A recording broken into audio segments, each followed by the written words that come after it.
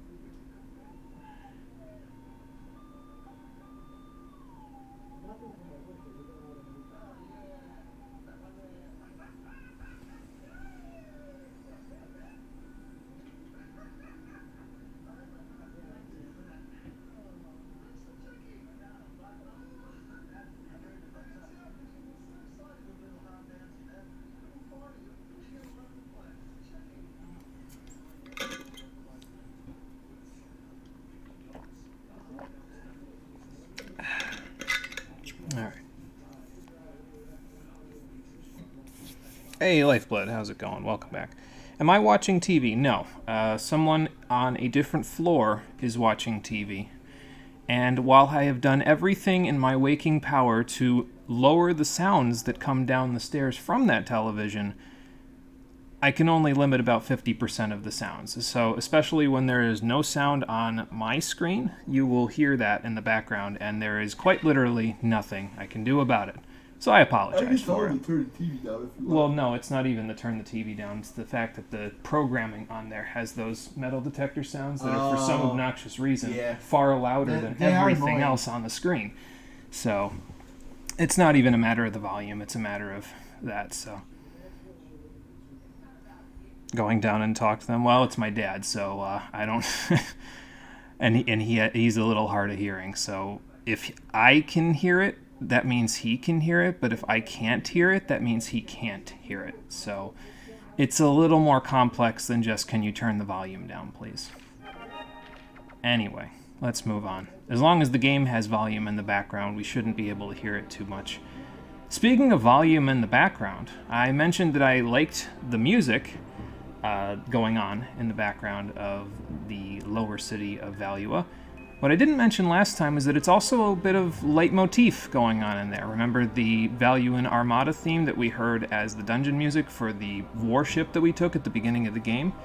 Yeah, this is a more somber version and slow-paced version of it to reflect the fact that this place is very desolate. So, yeah, like what they do with the sound in this game. It's pretty good.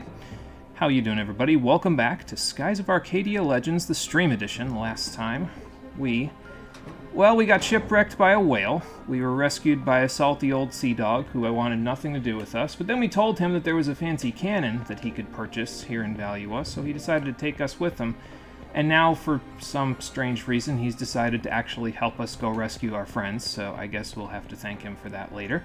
In the meantime, we need to go get them, because the Colosseum is primed and ready to execute those people, our friends and family, that is, today. So we need to get over there as fast as we can to prevent that from becoming problematic.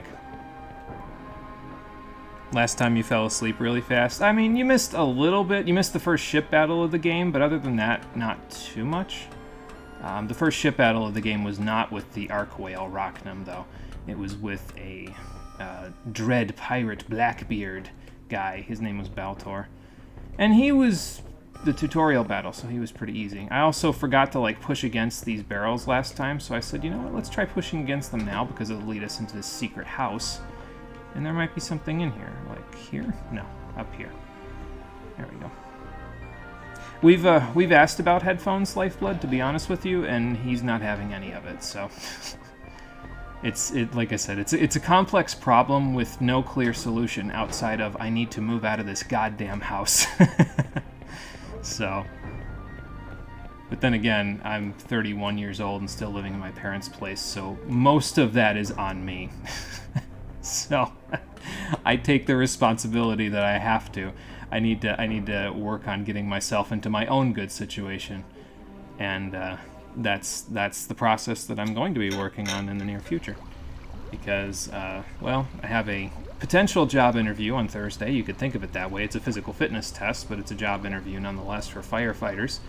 And in the event that that doesn't work out, I'm going to be working on other job interviews to hopefully get a place of my own before the end of this year.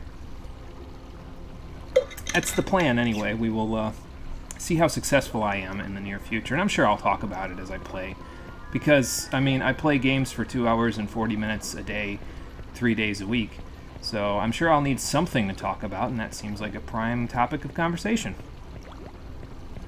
Shopkeepers deep inside of dungeons are a mystery. Yeah, I don't know how they, like, it's not even a matter of, oh, okay, they're like treasure hunters or explorers or something looking for stuff. It's more like, how did you lug all of this shit into the dungeon?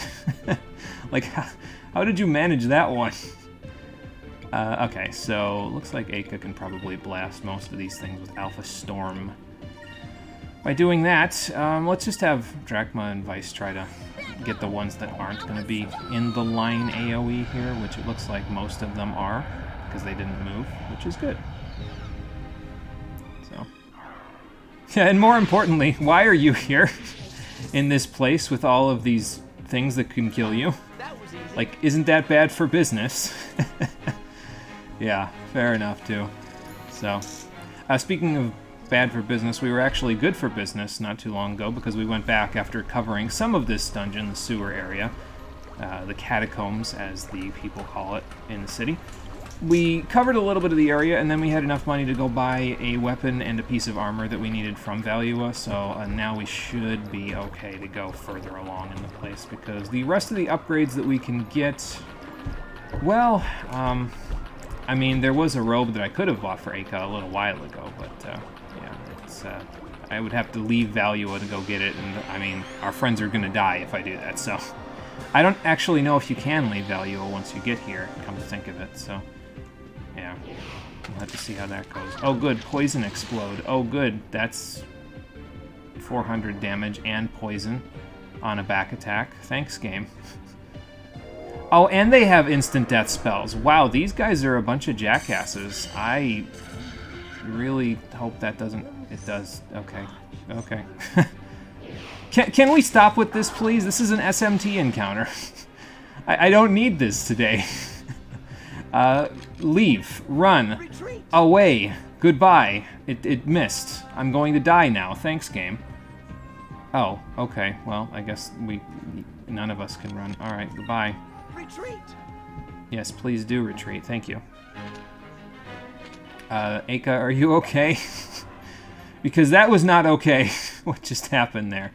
Let's try that one again, shall we? I think that's the one that I want to look at on the front, actually.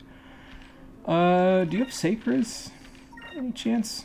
You have Sacri. I mean, I guess I could use that. I have 25 magic droplets, so I could just use that and give you a couple.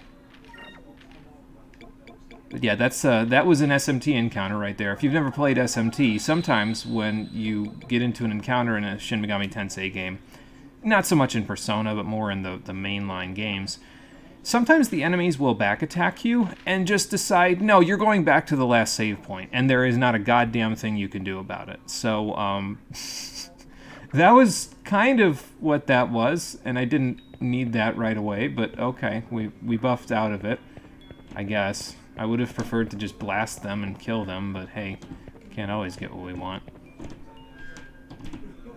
Yeah, black pest and tuberculosis here. Yeah, among other things, I'm sure, among other problems that the city is not willing to get rid of because this place is, well, it's in the lower city, so of course they're not willing to do anything to improve the quality of life here because that's how value up works at the moment. They're just a bunch of dicks. Not exactly talking well to these people, am I?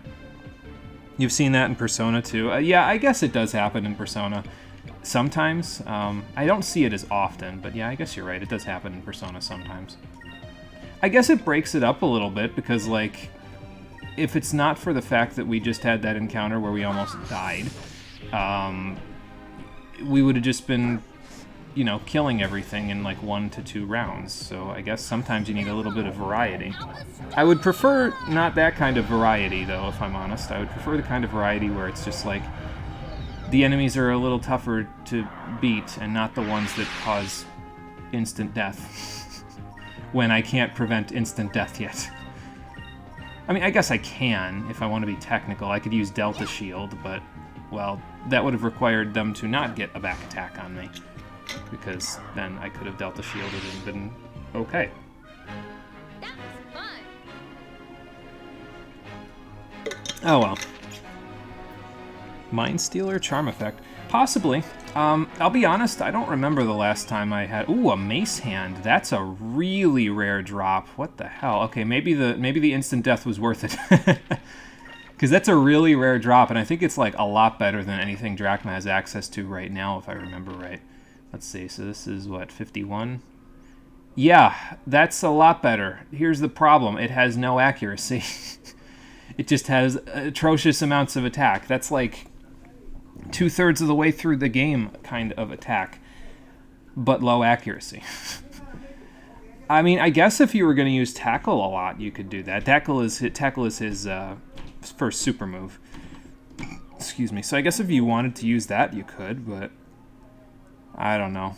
I don't know how I feel about that. Do it. Yeah, I mean, I guess I could. Let's just equip it and see what happens. What's the worst that could happen, right? I mean, I just can't hit for shit. Drachma can't hit for shit anyway, so it's fine. I'll take it. Do I want to top everybody off? I think I do. I'll just use a few more magic droplets by doing that. There we go. Here, Drachma. Your magic is useful because it doesn't require you to have high will to use it. So, alright. So, from now on, we will rely on counterattacks exclusively to determine Drachma's DPS. Because he's not going to have good DPS otherwise. Okay, that's downstairs, so probably that's like the next way forward. God, the camera controls in this game are very, like, early 3D game. I guess this is a new screen, though, so this could just as well be the next area. So,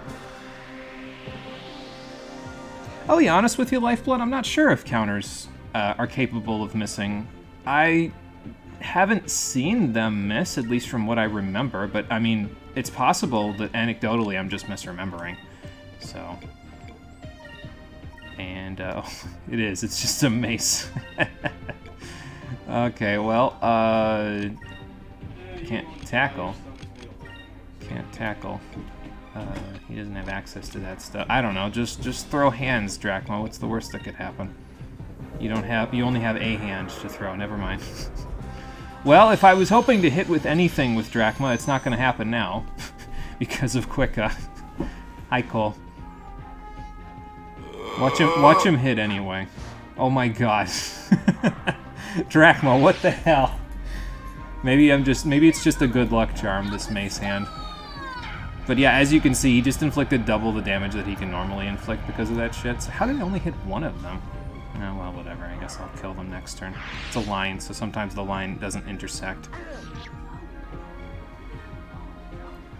That's right. I'm here in person, not in chat shitposting. It's a miracle. What's up? I'm fucking tired and I have a migraine. I get that. So I'm not going to be here for very long because I need to go home and scream into the void until re-clears tonight. Oh, yeah, you gotta do re-clears. I forgot about that. I won't die. And I guess just help Ice with this in case he doesn't hit for some reason. Did I tell you the fucking triple tanked the new. Nice. Did I tell you we triple tanked the new extreme? Oh, you triple tanked the new extreme. Nice. We just fucking went in there with 3 tanks because I only have tanks leveled. And I only have, and this other person only has tanks leveled in the game. And Amari can't fucking is only comfortable rotation-wise on Warrior, so we ended up just taking 3 tanks in and we won somehow. Well, that works. Having 3 invulns helps as it turns out. Yeah, I would think so, yeah. One of them's Holy Gang, one of them's fucking Bull-Eyed. No, it's Bull-Eyed, it was New Living Dead. Oh good, we got Incrum. Nice. Yeah, I think the Mind Stealer is like a head crab. When did Half-Life come out? Because it might be taking inspiration from that. Alright, this is a new screen though, so I'm thinking maybe I'll go back. But yeah, it was. It's just a bug on top of one of the lower class value and bodies. Whether it's dead or alive, I don't think I want to think about that because that's like a fate worse than death kind of a dealie. So, yeah, you're right. It was basically like a head crab. Oh, okay. It's a good thing I came over here because this is just a treasure room. Pyre box, that's nice. That'll cast Pyre for you for free. It doesn't cost MP, but it can break after a certain amount of tries. I think it has a pretty decent chunk of uses, though, if I remember right. So, let's see. I could use the Pyre box and then just, like, use Alpha Storm and probably kill everything on the screen, actually, thinking about it. So let's just, it won't kill the Krill Hound, I guess, so maybe I should have Vice attack that because it's all the way over there. I find it amusing that Alpha Storm you actually have to aim. Yeah, yeah, I actually kind of like that they don't just say, well, you know, you could just, you know, you actually have to, I actually kind of like that you have to aim in the beginning of the game. Like, they don't just give you a move that just hits everything on the screen, you know? I mean, they give you Pyre pretty early, but it's not as powerful, so. Jesus Christ. It's kind of nice. I think we back attacked those guys, and that's why they took so much damage. I don't know. But I guess having Drachma use a Pyre box, even with his low will prevent me from having problems with accuracy. Yeah, see, there you go. Not bad. I don't think it takes into account your will, either. I think it just does a fixed amount of damage, like, based on a certain level of will. Like, it's almost like a mid-level version of the spell, basically, so... So Pyre boxes are pretty good. We only have the one right now, but we will probably get a few more. Not yet, but in a later dungeon. And there's 3 Curia crystals in case you got, I don't even know, poisoned, I guess, or something. I mean, obviously you can't use that to fix Attorney, but you can use it to fix poison, I guess. It is a means by which you can prevent yourself from going into the Forever box. Yeah, the Eternum box. Yeah, especially if it is headcrab style, I think I would rather be dead as well. I don't like to even... I don't even want to entertain the thought of what could happen to me if a headcrab burrowed into my skull and ate my brain and forced my body to do stupid shit. Yeah, it could be worse. It could be a mind flare. Those are even worse than headcrabs. Yeah, are they? I'm kind of trying to picture something worse than headcrabs, and I'm not really seeing it. Well, headcrabs are just animals. Like, they're just creations. They just do that. Mind flayers do it malevolently, which somehow makes it worse. I guess that's true. Oh, you can actually see Drachma's element on his mace hand, too. It's, like, on the side. You can barely see it from here, but it's on the side of it. I would hope they'd have a way for you to see the element, instead of changing them as part of the fucking... Well, they don't on his original weapon, but you can see it in the little portrait in the left corner of the screen, so... What should I go for next? Probably green? I'm unrelated though. I should Probably go back green. home. I need to eat lunch. You should eat lunch. It's almost 5 o'clock. It's almost dinner time for most of the world. Okay, yeah, I mean, yes, that's fair. Alright, Jimmy.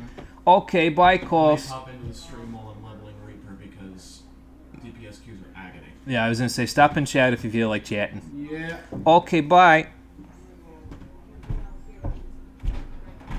Yeah, do not forget to disassemble your body. Yeah, there's just all kinds of bad shit that happens when headcrabs get involved. It's not great. Not great at all. I don't know if I should be liberally abusing my Pyre box right now, though. Thinking about it, because, like... I might need it for the boss fight coming up. Ooh, this place looks... Whoa. So that's the lower sky, the low value right there. That's also not a treasure room, because I can see on the other side there that that's another squared off room. So let's go over here first. I like some of the set pieces this game has, like that hallway down there when we walk through it. It's cool for like 1999, 2000 type of a game. It's not like something you'd see every day, fully rendered in 3D, that is. A lot of the RPGs that were coming out at this time did have environments that were as crazy looking as that, but they weren't fully rendered in 3D. A lot of them were just backdrops that were painted on. They were basically 2D. So it's cool to see it fully rendered. Again, I think this game does a lot of cool stuff, and I like to highlight it because I don't think a lot of people know about this game, so I try to highlight it where I can. I didn't switch to green. Alright, well, I'll do that next time. Excuse me. It's not bad to get your red going, though, because the Pyre line of spells is really good, and we just got Incrum, which is going to actually be an important buff coming up here, because the next bosses can hit pretty damn hard, so we'll see what we can do about that. Purple might not be bad either for Vice to get him Crystallis, because like we have Sacri, and I think I have Sacrez on Aka, or something close to that, so there's some heavy armor, that might not be bad. And an Assassin's Blade, nice. That's an upgrade for Vice, so we'll put that on. See how the heavy armor is, too, in a minute. Yeah, just a straight upgrade. So, favored among assassins in the world, mainly because it has a chance to poison its target. Okay, so that's kind of nice, too, because poison isn't an incredible status effect in this game. It does a fixed amount of damage to the enemy. I think it's like a fixed 50 damage at the end of each turn. But hey, that's a little bit of extra damage that Vice could have that he wouldn't have otherwise. So, let's go with purple. And I just want to double check Aka's magic real quick, because she has Crystallis, right? Yeah, she does, but Vice does not, so that's why I was thinking about maybe getting him Crystallis. It wouldn't be bad to have, even though he doesn't have the best magic, so the best will. It's 44. I mean, I guess it's not terrible. Aka's got 67, Drachma's got 40. I guess it is terrible. I mean, it'd be better than Drachma's if he was at the same level, but Drachma at the moment is a little bit better in the will department, so. Okay, that's a pretty decent upgrade, actually, as well. I might give this to Vice and then give the value in armor handed over to Drachma, because it's just a small upgrade for him, so. But an upgrade nonetheless. There you go. You thought that was an electric trap, but no, it was clouds. Yeah, it's cool looking, though. I mean, it looks like something foreboding, like something you wouldn't want to walk towards, but, well, unfortunately, we don't have much of a choice in the matter, so that's what we're going to go do.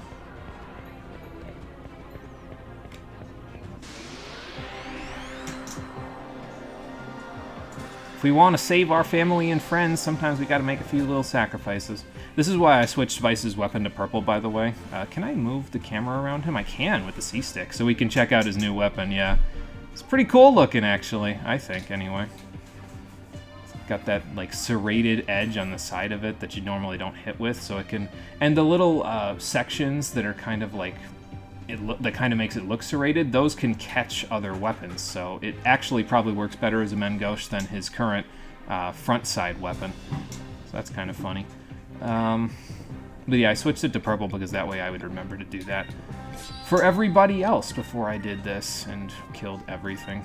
So you're on purple now. Okay, that's good. I'm going to not use the Pyre box because I want to save it. We'll probably need it. I cannot believe you are actually hitting Drachma. How are you doing this? You were missing with 80% accuracy. Now you have 10. Maybe just everything below 100 is just like 50, essentially. I don't know. And now for you. Oh, purple's pretty effective against these guys. Okay, cool. That works in my favor since I'm trying to get Vice Crystallis. So... Trust me, I do know what I'm doing. Yeah, it's called go big or go home. That's all it really is. So I'm pretty sure that's a drop that you normally wouldn't get here, though. I don't remember that happening on my original playthrough, so it's probably like a rare drop, like a 1%er type of a dealie. So that's fun, though. We get to use it and abuse it for a little while until we get something better, like something with equivalent attack power, but more accuracy. And it will probably miss more than the mace hand, because that's how that works. But yeah, I like this environment. It's kind of cool because it's I mean, the clouds themselves are 2D. They're not fully rendered. At least I don't think they are. By the looks of it, they look like if they are rendered, they're very low res. Probably the lightning is also like 2D-ish, but it looks like it has a sense of depth because it's below you and the platform is rendered and that sort of thing. So, yeah, it appears to have depth, and that's something that not a lot of JRPGs had at this time. A lot of them were, well, painted on backdrops. So, yeah, I like it. Yeah, I knew it. The mace hand would work. Yep, it's working pretty good as it turns out. And I can imagine that if we get the chance to use tackle, it will deal like 1,000 damage. it's gonna annihilate some people.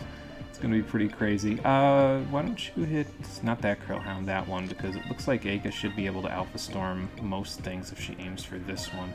And then Drachma, why don't you hit the Mind Stealer because he'll probably live. Hell, he might not even get hit depending on where this line goes. You gotta kind of draw the line in your mind, basically, when you use Alpha Storm, and sometimes it takes a little getting used to, but that's alright.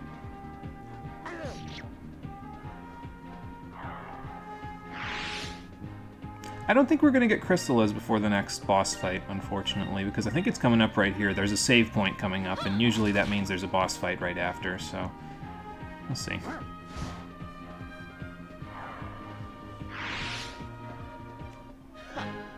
Do I know the little animation series 1-1 Heroine? No, actually, that doesn't sound familiar to me. Is it something pertinent to what's going on here, though? Because that would be kind of interesting. That there's, like, parallels. So, well, this looks fancy, but... Yeah, I'm sure it's nothing. Don't even worry about it. Pay no attention to that. Now, it's a little darker than the rest, so either they've got a massive water leak behind this wall, or... something else. I guess we heal now. That wouldn't be a bad idea.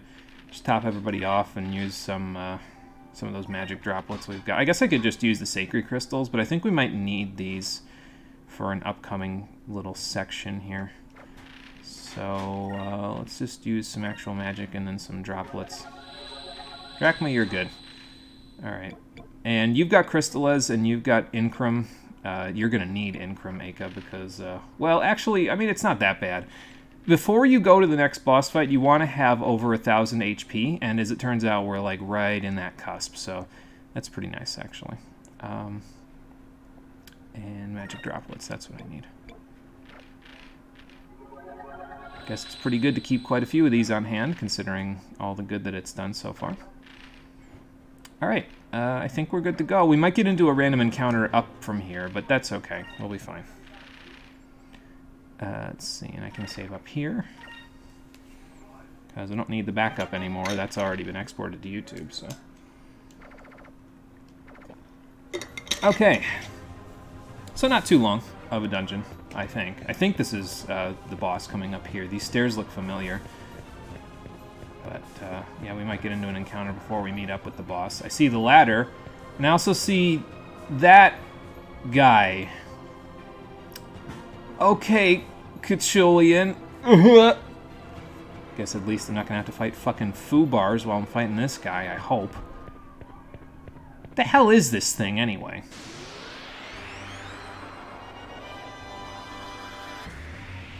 Well, in case the music wasn't a clear definition, he's the next boss. That is a disgusting, twisted abomination of a manatee, I'll tell you what. Blygok. Okay, I need to kill it, and I need to kill it now. Essentially, you know the big hero that represents the party on the overworld map? Yeah, that is the original size. It is really stupid. Oh, okay, gotcha. So, oh, 1-to-1 heroine. Okay, so it's like on the world map, because the sprites are normally bigger than they are. Okay, I see what you're saying. I don't know if I can articulate it with my poor English, but yeah, so like on the world map, they look like they're like 30 feet tall, but they're actually 30 feet tall. Is that what you're saying? I think that's what it sounds like anyway. I got it. Okay, good. That's what it sounded like, and I just wanted to make sure. How do I want to start this fight? Not with the Pyre box. We don't need the Pyre box because there are no reinforcements, so I don't got to worry about that part. Let's see. So... well, first of all, I might want to go to green element. What element is this guy, anyway? He is also green, so actually I don't want to go to green. I want to go to red, because that will actually work a little better. I guess that's not bad, though, to have, because then you can work on Incrim if you don't have it yet, so that's good. I don't think this guy uses too much magic, so Delta Shield won't do a whole lot for us, so... let's see... I mean, really, I guess I just guard for a minute. No, I should use Crystallez. I keep almost mispronouncing that, but it should be okay. And then you need red. Let's do that. And maybe I shouldn't use Counter-Strike. Maybe I should have Vice and Drachma focus so I can get Drachma working on Tackle so that he can use that in a little bit. Because that'll do a hell of a lot of damage. Crystallez should do pretty good damage, though, to this guy. Okay, I mean, that's not terrible.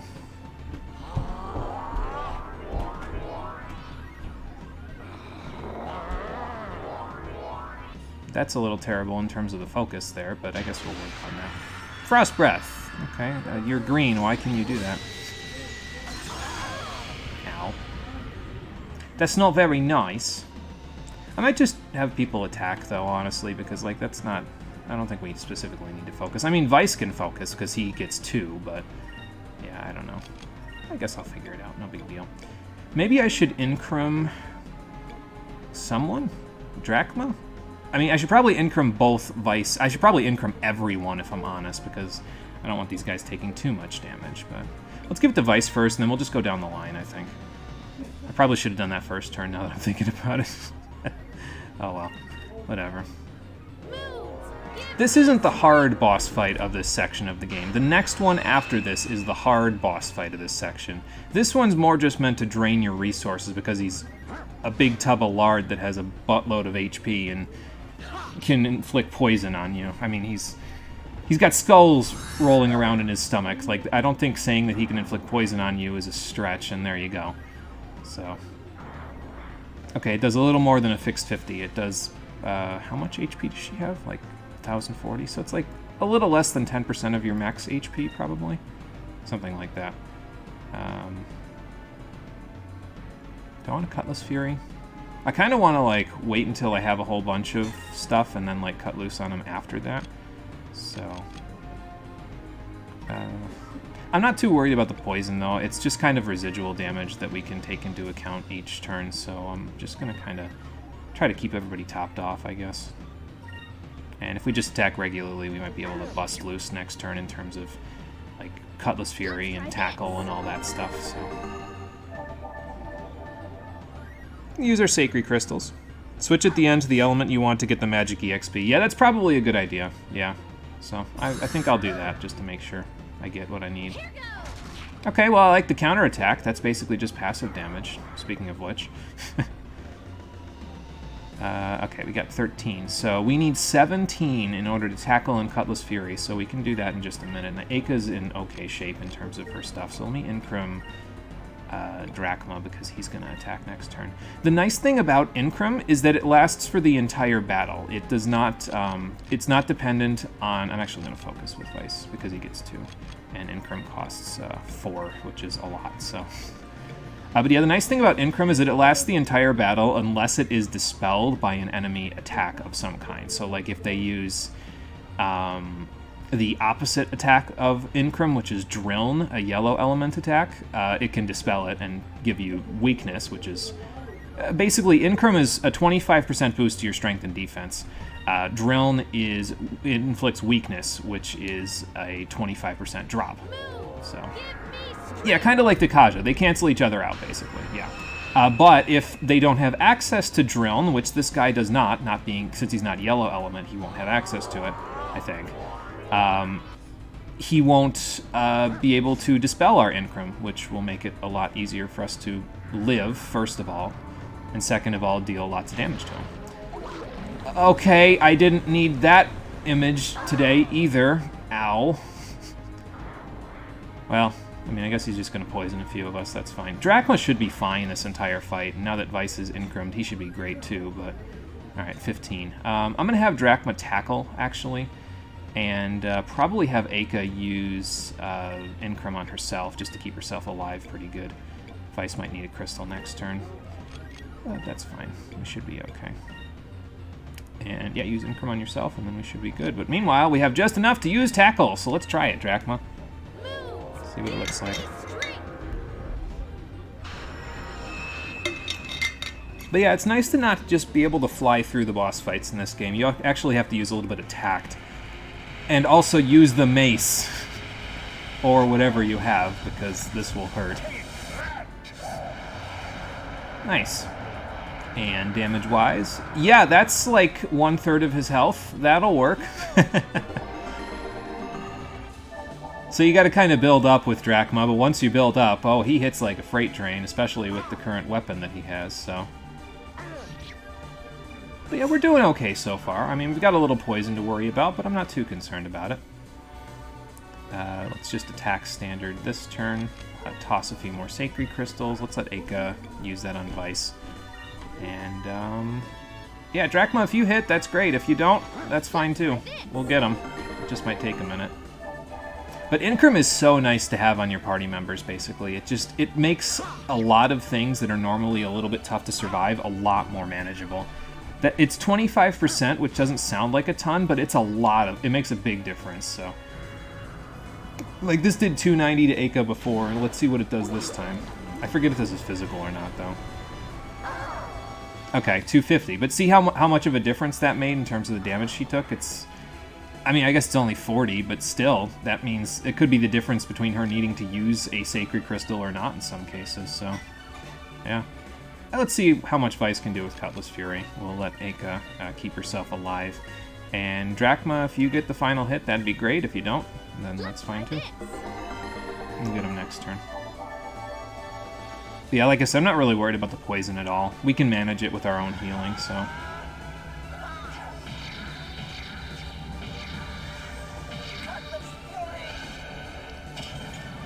And yeah, it looks like Drachma, if he hits, will finish him off, or a counterattack will finish him off. So, next turn. This turn, counterattack. Well, there you go. I still don't... I'm not going to take that as anecdotal evidence of, oh, counterattacks can't miss, but it hit that time, so that's all we needed. Cool.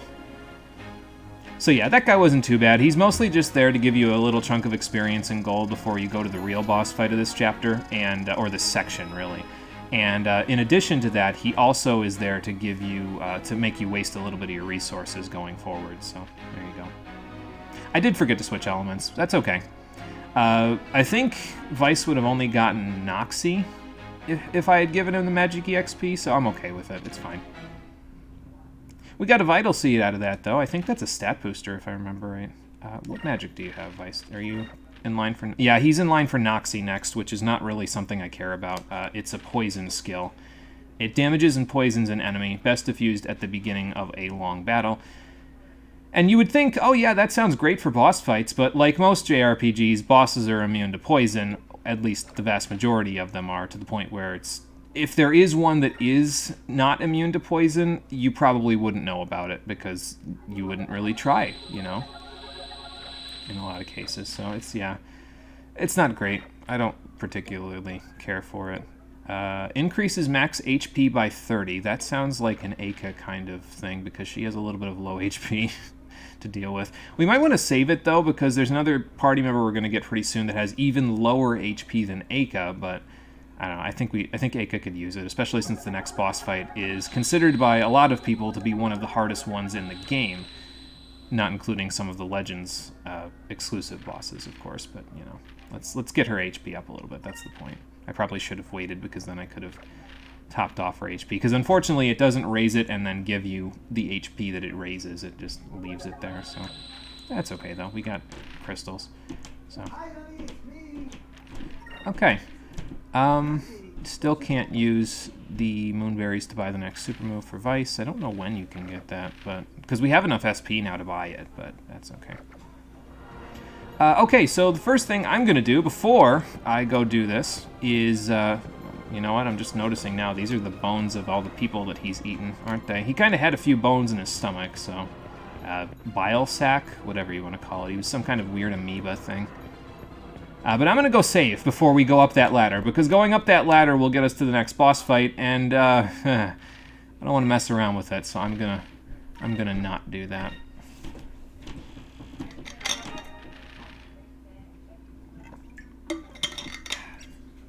All right. And now we'll go.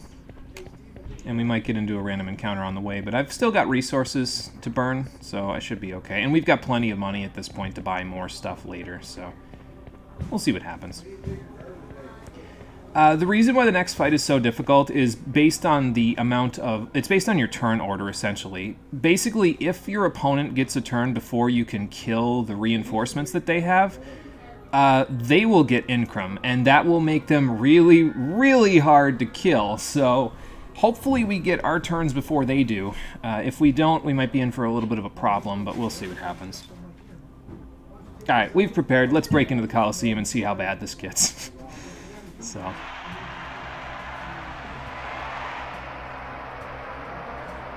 Oh good, the roar of the crowd is some of the first sound from my own television I've actually been able to hear today. I don't think that's a good thing, though, considering the situation. Well, yeah, you guys made it really easy for us. Another little detail I like about this game is how all of the weapons have that it's made from moonstone detail to them. Like, for example, his Executioner's axe is made from yellow moonstones, which is why it's yellow. I just like that that's shown on the actual overworld as well as in the battle. It's not just like something that happens in battle, you know. So it's just a nice little detail.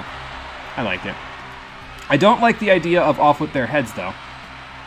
So maybe we should do something about that.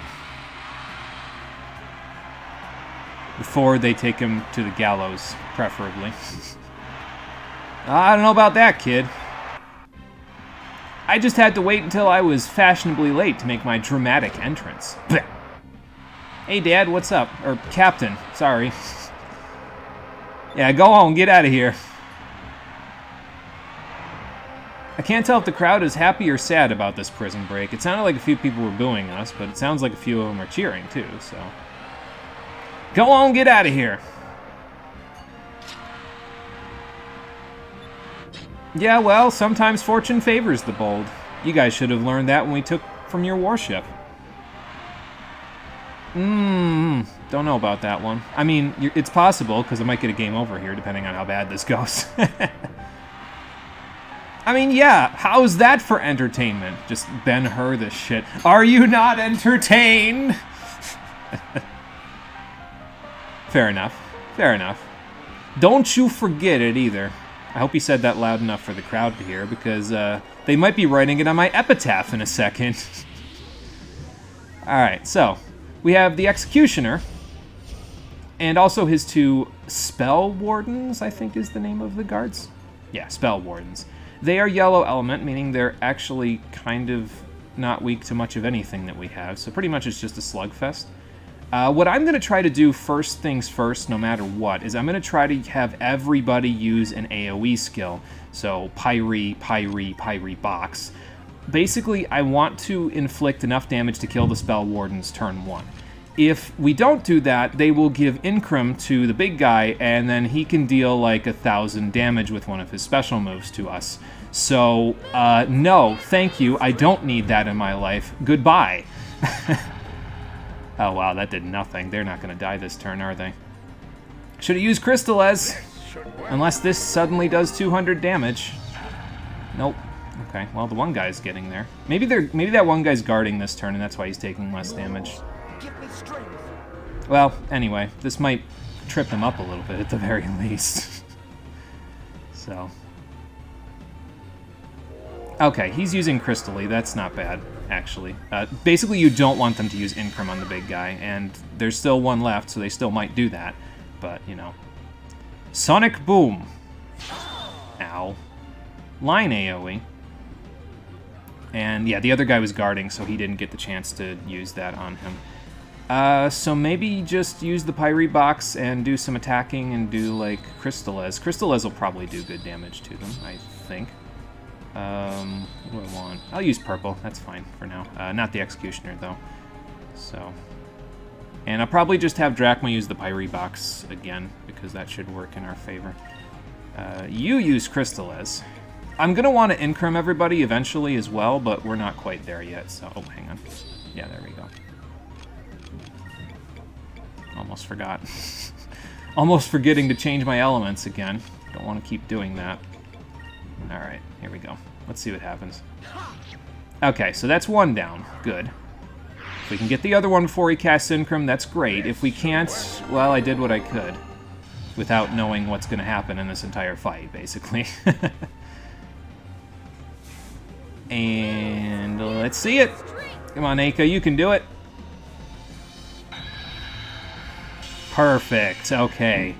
That's going to make this a lot easier now, because, well, now he can't do 25% more damage with Sonic Wave and his special that he hasn't used yet. He's got Electrez, though, which is basically as powerful as Crystallez, except yellow element, so, yeah, there's that. Do you have Incrum yet, Vice? You do. Okay, well, let's use it then. Start buffing up a little bit. Yeah, why don't you two buff yourselves first, because Drachma's got enough HP to live, but you two, not so much.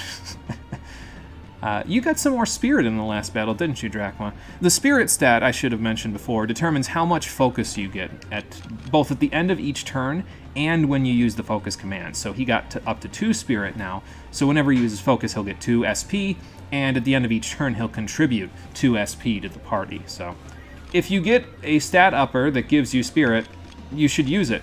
It's very good. So, and should I top anybody off? I mean, Aka's looking a little... Well, no, she's probably... Well, I'm going to top her off, actually, because if he uses his super special attack, even without Incrum, it'll probably do a lot of damage. So, let's just do this real quick to make sure we're okay. This should work. But yeah, don't be afraid to play a little defense in the boss fights in this game, especially this early on, because they hit pretty damn hard. Especially if he uses this, so... You're not allowed to use that. That's Drachma's special move. Ow. Okay, now that did 560 damage to Drachma. Imagine how much that would have done to Aka without Incrum, where he had Incrum. She would have had to guard like the entire battle, or she would have died. So let's not do that today. Okay, so now I want to get Incrum on Drachma as well. So I guess I'll just do that with Aka's turn, that's fine. And then we'll just start attacking away, and eventually we'll be able to swat him out of the air. It might take a little bit, but that's okay. We'll build our way up to our big attacks, and then we'll be good. So, incidentally, that Drilln special skill that I mentioned, magic that I said some people can use if they're yellow element, the Spell Wardens, if I recall correctly, can in fact use Drilln on you. So, yeah, be careful of that. That's why you don't want to keep them alive. That's why you want to kill them as fast as possible. Okay, more Electras. I'll probably have to heal Vice next turn. Yeah. But that's okay. And we have access to Cutlass Fury this turn, so let's use it and probably almost KO him again, just like the last boss, but that's okay. Give that to Vice, and then maybe Drachma can finish him? I mean, unless Vice does, which would be nice.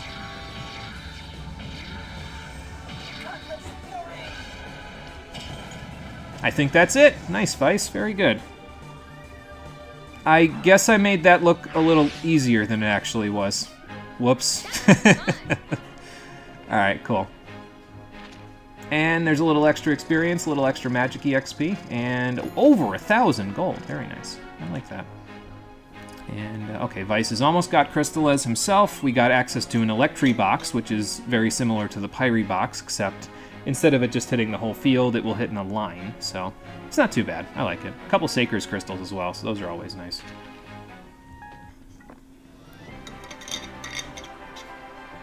Oh good, they even brought their graffiti out. Thank you, my humble audience. I'll be here till, well, today, because we gotta go. I kind of like how Vice is a little bit cockier in this game. Like, by the time this game came out, a lot more JRPG protagonists were getting a little cockier. But when they were developing this one, a lot of them were a little more broody, like Cloud. Well, Cloud wasn't so broody as much as he didn't remember who he was, but that's kind of a plot point, so we'll worry about that later when we play Final Fantasy VII. But, like, Squall, especially from Final Fantasy VIII, is a big example of them being more broody and aloof and teenage angst, rather than being kind of this cocky guy. So, excuse me. I kind of am glad that they made Weiss a little more cocky. It let him stand out a little bit in the JRPG crowd. So, and look at that. We've almost ran through all our magic droplets by the end of the dungeon. So I guess 25 to 30 is a good amount. So that's good. Alright, let's get the family out of here. And ideally we'll go with them because we kind of have a harpoon waiting for us on the ship now. Oh, hey, Marco's here. What's up, kid? Liked our little display, did you?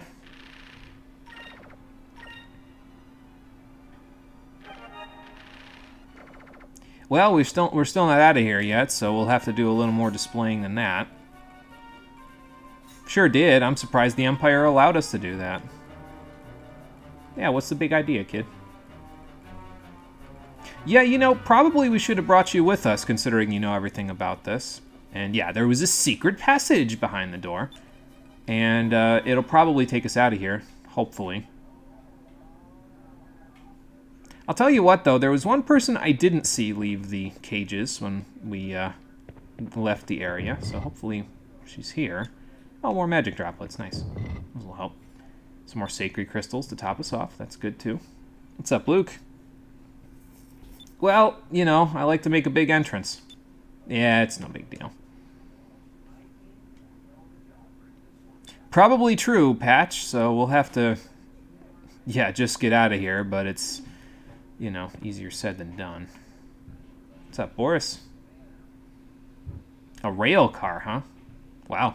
This place really is high technology. Most of us are living out in the boonies with stone and wood houses. They've got trains here? Yeah, I guess it would seem pretty strange for someone who's never seen a train before, wouldn't it?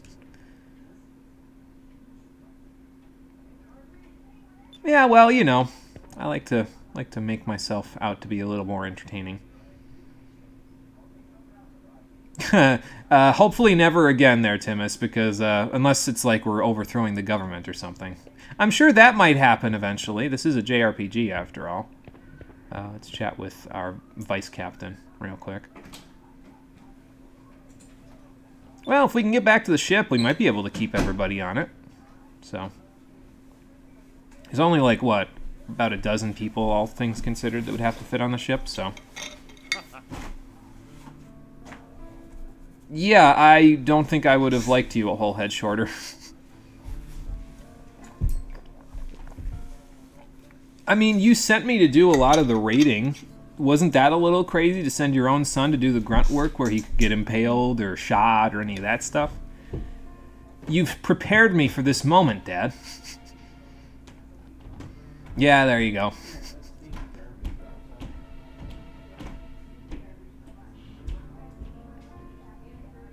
Okay, yeah, I didn't think she was here. Where'd she go? Wasn't she with all of you? Oh, yeah, they did bring her to talk to Galcian by herself, so... The Imperial... Now I gotta break into the palace, too? What the hell? Oh, wow. Fancy. We have a royal among us, or maybe. I mean, why would royals meet with regular folk, you know? She did say she didn't want to talk about what her mission was, and that's probably something that the Valuans would want to know about, but... Yeah, we gotta go save her. I mean, laying low for a little while, they'll find us. Like, we haven't gone that far from the Colosseum, so... I mean, yeah, with everything in disarray, seems like their best opportunity, so... Oh, okay, what you got? Yeah, so he gave us the purple moonstone before, and now we have access to the yellow moonstone for our weapons as well. So now we can learn the line AoE spells, like Electree and all that stuff, along with Drilln, which inflicts weak on enemies, so not too bad. Should come in handy. Okay, sounds like a plan. Unfortunately, we're going to lose our massive offense now because Drachma's going to head back to the Little Jack with all the pirates, So it's probably been, or by the time we get out of here, it'll probably have been about 24 hours since then because the gate will open again, so. Okay, so we got to get to the upper city. Fair question, Marco. You know everything about the sewers, so. Okay. Yeah, well, that didn't stop us before. We just stopped the public execution. That was a lot more dangerous. Yep, exactly.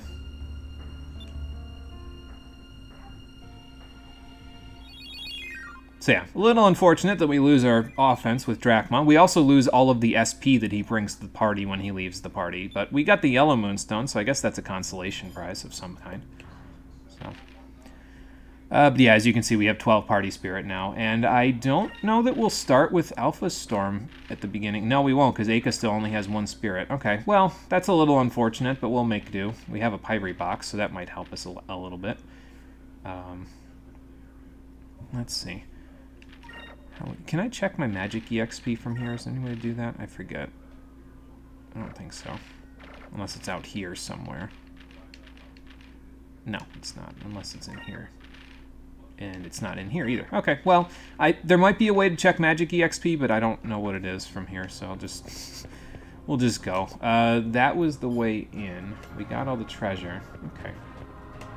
Try to get all the treasure, by the way, when you're in areas like this, especially places that you probably won't be able to come back to, like here.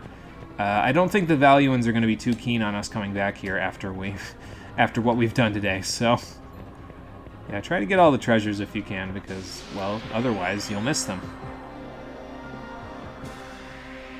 That also, by the way, the treasures will play into your quote-unquote treasure rating later, which is kind of a part of your swashbuckler rating. It determines whether or not you can unlock the 3 secrets, which are like the big 100% reward for the game, so yeah, there you go. Krill Hounds. See if we can whack them upside the head. I don't know if we can one-shot them with AK yet. No, not quite. They got about 110 HP by the looks of that HP bar there. So, but I mean, we'll kill them next turn because Alpha Storm or Pyre, so. I gotta be a little careful with my MP now because we only have like 5 magic droplets left. So. Hey, Sephico. Hello, welcome back. Late, but you made it. That's okay. You missed what a lot of people consider to be one of the harder boss fights in the game, though. Yeah, we're still in the sewers, but we're in, like, Sewers Part 2. We fought our way to the Coliseum and got everybody out. So now we're working our way to Upper City because they separated Fina from the rest of the group, so we have to go save her now that we saved everybody else, so. That's the plan, anyway. Bonk. Stop that. There we go. It's too bad Drachma doesn't have, like, a Counter-Strike type of a move. Because then that mace hand that we got would have come in really handy to have a Counter-Strike move. Or maybe something just to draw the aggro of everything, you know? So. Alright, so Vice has Crystallis, so now if we need the magic for a fight, we can use it. What element do I want to do next? Probably yellow, just to get Electri. Or maybe I should go with green, just to start working our way towards Sacres. Because Noxie is in the way for Vice, but...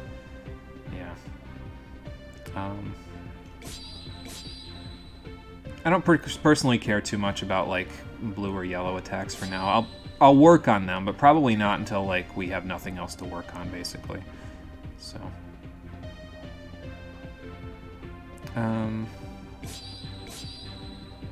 Let's see, those fish things, Basilisk, those are red, so purple will work pretty good on them. We can't kill these guys in one hit at the moment, so maybe we'll just soften them up. Because I can kill the little Basilisk guys in one, so... Oh, excuse me. That's going to start happening again now. Actually, let me switch to... You know what? Let's use yellow. What the hell? It's neutral against everything on the field. Why not? But yeah, that's going to start happening a little more now. Thank you. Because I have springtime allergies. and everyone and their grandmother has been out cutting grass, so... And now I'm gonna need to take a drink because my voice is going from having just sneezed. And probably also blow my nose, so I'll do that in a second, but I'll mute the microphone when I do it. Let's see. I don't know, I think Aka can probably... Well, I can probably just Alpha Storm and be fine, so...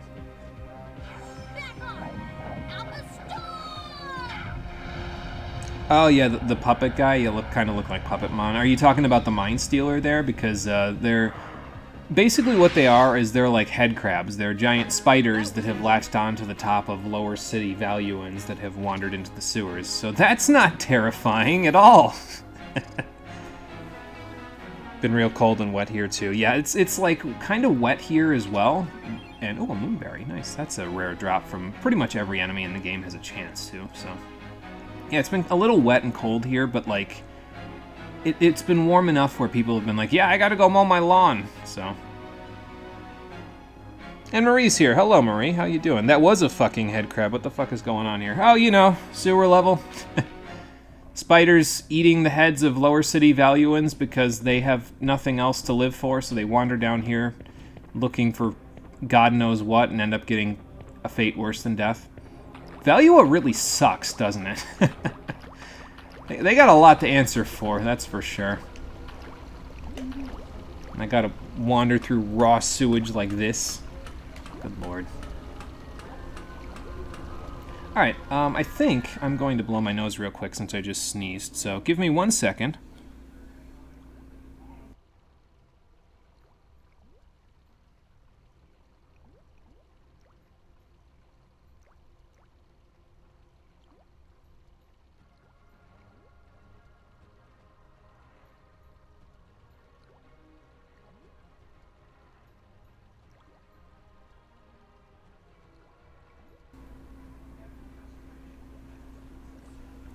There we go. That's a little better. God damn, at least Arcades had something going for it, minus how miserable the people in old Arcades were, but at least they didn't have to deal with head crabs, yeah. I can't believe we're making comparisons to Arcades, and we're like, yeah, this is way worse. Never thought we'd get to this point, did we? Oh boy. But yeah, I don't know, some of the things, like, the game just doesn't really mention this at all, but and I didn't honestly notice it the first time I played it, but if you look at the sprites, it's kind of terrifying, in all things considered, so.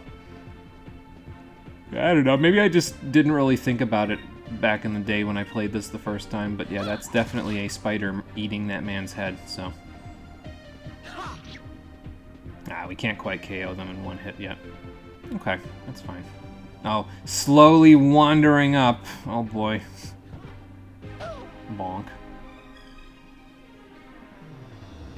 I mean, you could have just done that to begin with, but okay. Was that the charge shot from Mega Man X that he just used on me? It's kind of funny, actually. Alright, Aka, blast him. I am not okay with your head crabs. Alright, so now we should be able to finish them off.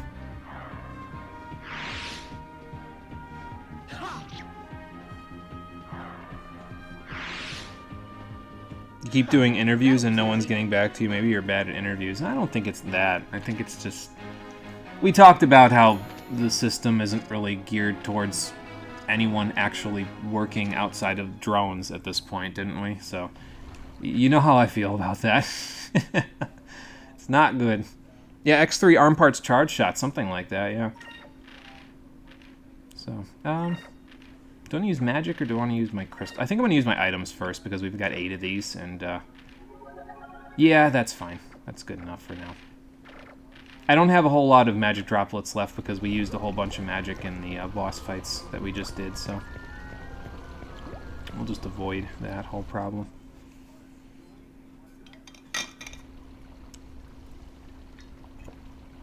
Oh, Marco, you followed us. What's up? How many head crabs did you have to step over to get here?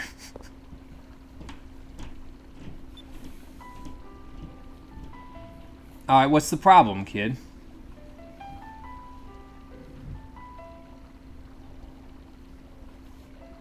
Oh. Yeah, I could see how that would lead you to feeling a little hopeless, yeah.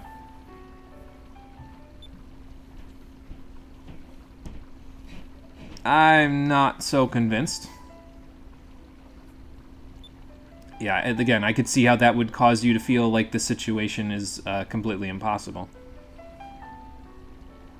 Don't you know there, Marco? I'm a contrarian. When someone tells me not to do something, I must then go do that thing. It's like a rule in these games. As a matter of fact, it is. It's like one of the standard rules of JRPGs, so...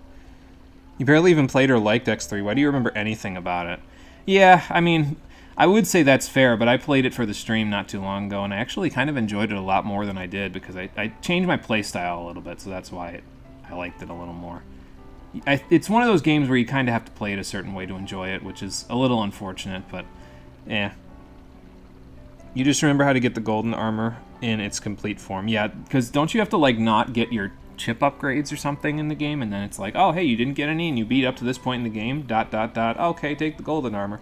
So, excuse me. You did too, but you hated it growing up. Yeah, that's a mood. I was not a fan of it growing up, that's for sure.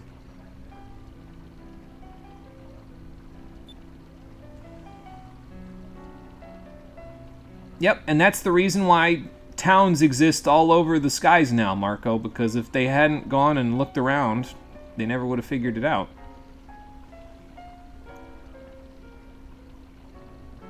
Sounds about right.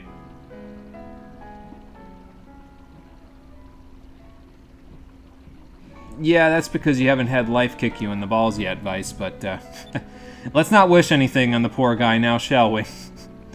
It's okay.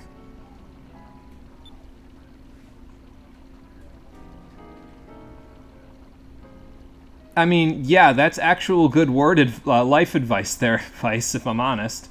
So.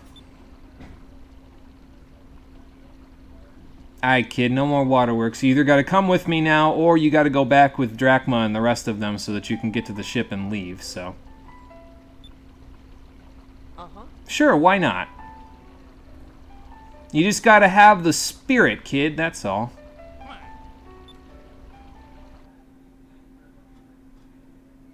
I don't actually know if we take him with us. I think it would make sense if we did, because then he could go to Pirate Isle and learn how to be a sailor, but I'm not sure if he comes with us or not.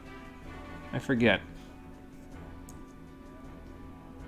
You just remember liking Neon Tiger's stage? Yeah, I forget what was... Well, let me think back about Neon Tiger's stage. I mean, I remember liking a lot of the music in X3 as well, so... I mean, I guess there's that. But it's a Mega Man X game, so that's not really anything out of the ordinary. I'm trying to think back if there's any stages from it that I particularly liked better than others. I don't know.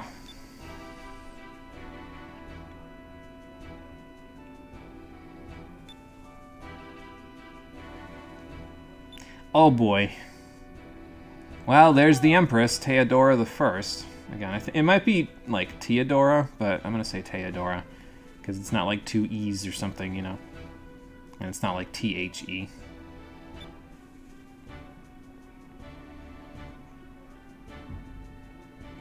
She's a person, ma'am. Now we see why Valua is so devoid of hope and good people, because the Empress isn't exactly the best person herself. Oh boy.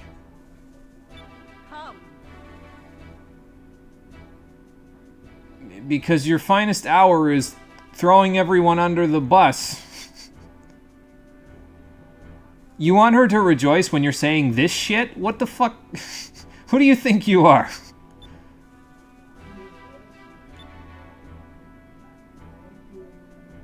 Ah, the prince. Enrique. Okay. So maybe he's our inside man then, since he's like, I don't know how I feel about this stuff. He looks like a very pompous kind of a person, but that's probably just because he's the prince, you know, so. Yeah, she's one of the last ancients like Aerith. Let's hope she doesn't meet with as grisly a fate as Aerith did. Good lord. I love how out of place the damn monocle/goggle thing looks on Vice's model. Yeah, it definitely gives him a little bit of asymmetry, and I think that's kind of nice. It gives him a little character, you know, so. Theodora. Okay, I don't need to bust out the oversized switch axe. I was getting ready. My parents are seeming a bit woke. Better betray their wishes. Yeah, that sounds about right. Oh boy. Why? Isn't that exactly what a good emperor, quote-unquote, should do? Have there ever been good emperors in history? Yeah, and I don't mean ones where they wrote the history books either, because then they could just write whatever the fuck they want, you know? So, I'm trying to think back, and I don't know. Most of the ones that I could think of that would be, well, I can't really think of any by name, but the ones I could think of that have a good feeling to them are like ancient ones. So, that's true, yes. Okay, so there are Gigases? Earthbound? We are not Earthbound, but there are still Gigas here. Okay, then, that's not good. Nice! Give it to her, Fina, right between the eyes.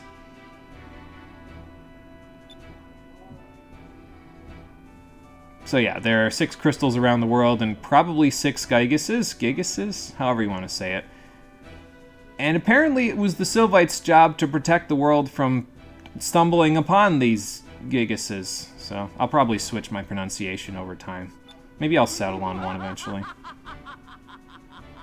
I don't really see the leap in logic there. That sounds like an illusory correlation, ma'am. And it's not even a matter of, oh, we should keep it out of the hands of people who could abuse them. Well, no, you're quite literally saying you're going to abuse them. They're also probably the reason why we all live on Sky Islands now, but, I mean, that's just a guess, so. Yeah, soft G's, G's. Oh, boy. Yes, ma'am, you brought me here, so I could have insulted you from anywhere, but you just decided to, you know, bring me here to do it. And more so than that, if you kill her, you'll never find the 6 crystals. So, yeah. Maybe tell her that, too. Oh my god.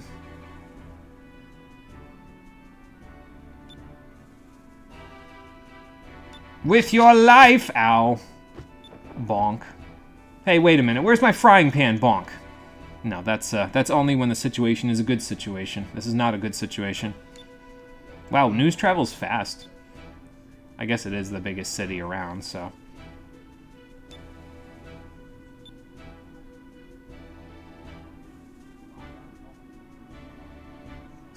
Yes, if you should strike me down, I will become boom. Ow. Yeah, you're Go King. There you go.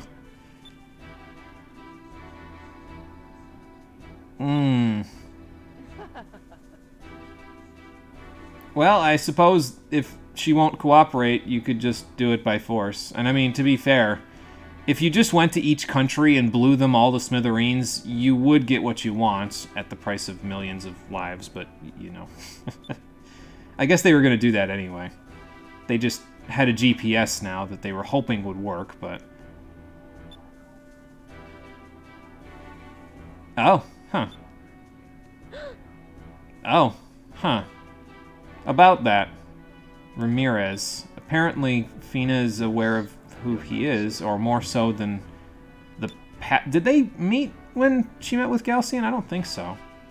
We've seen Ramirez already in, like, one scene, but apparently she's aware of who he is.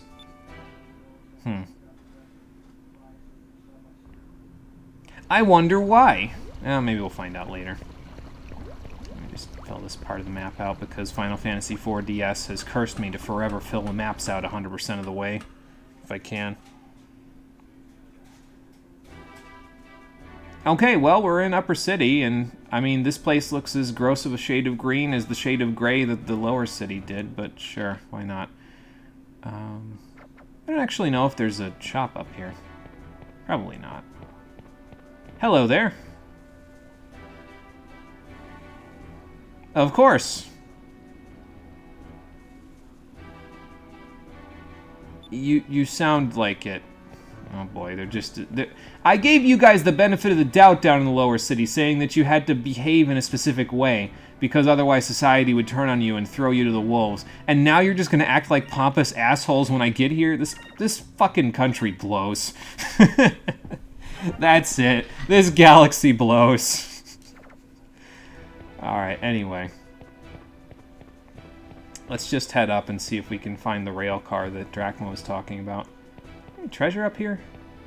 No. It's a nice little courtyard, though, I guess. Considering the whole place is dark all year round. Alright, let's go up here. Can anyone point me to the train station? Please.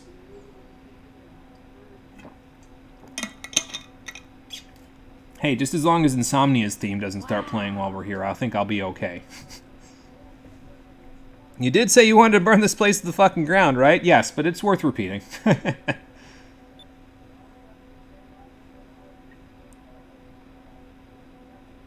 Yeah, I don't think we're gonna take a train with us, Vice. I appreciate the determination you have for that, though.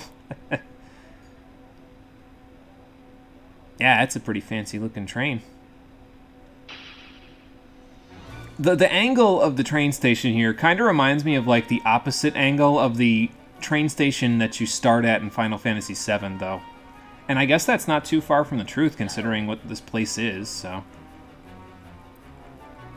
Well, she was, but apparently now she's here, so... Oh, okay. Probably true, considering that's the wall that kept everybody out. We would have to do a lot in order to not only get off of there, but also jump onto our ship while it was passing out of the Grand Fortress. So let's see what we can do about this. Excuse me. Sounds like we're gonna need to jump on then, huh?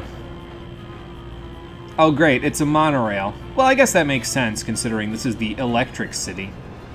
So. Walt Disney World, here I come! No, there's just a plan A, and you should be enthusiastic about it, considering your name starts with A. Ow! Remind me to work on your form when we get home. Oh boy. Yeah, time to derail this situation. There you go. Final Fantasy VII comparison number 101. Yep. Wow, it's really floating over the tracks. Oh no, that's the one on the side. I was going to say, is it floating above that? But no, that's the opposite track. So. I did mention before that I liked the set pieces for this game, didn't I? When we were in the sewers and we had to go over that part where the sewers broke off and there was like a lightning storm underneath us. Now we get to be on a fully 3D rendered rail car and running around in it, so that's just great. Again, this game does a lot for a 2000s fully 3D RPG. I think, anyway. Yeah, snooping around. Are you sure that's the right word for it? Well, yes, sir. Then go get them, and I will not kill all of you. As fast. Oh boy. Well, yeah, that's true.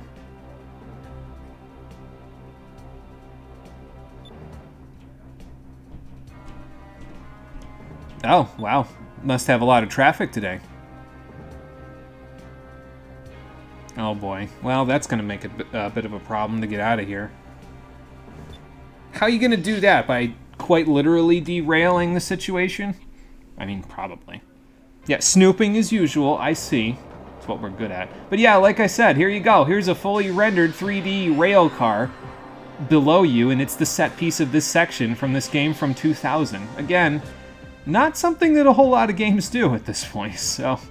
At least when this game was developed, anyway. I think these guys are all yellow element, right? Yeah, so we don't want to use yellow element here, unfortunately. I guess I could keep working on green so we could start working on getting Noxy, so... Let's do that and see how beefy these guys are. Oh, a little beefy. Might take 2 turns. Nope, okay. It's enough for us to just kill them in one at a time, so... And now we'll definitely kill them one at a time because I can use Alpha Storm with complete abandon. Back on! Alpha Storm! And I mean, that's right at the cone, so that's probably going to hurt a little bit, yeah.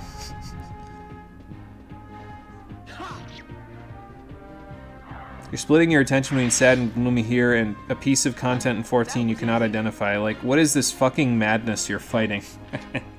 Where are you in 14 that it's fucking madness? Are you doing one of the Alliance raids? Because, I mean, those are usually madness. So. And they were all yellow! Yeah. What is your favorite color? Blue. No, yellow! Also, why are there patrols on top of the train? Good question. Maybe news travels so fast that they managed to get here before we did? I don't know. It's a fair question. Because this is an RPG is probably the best answer.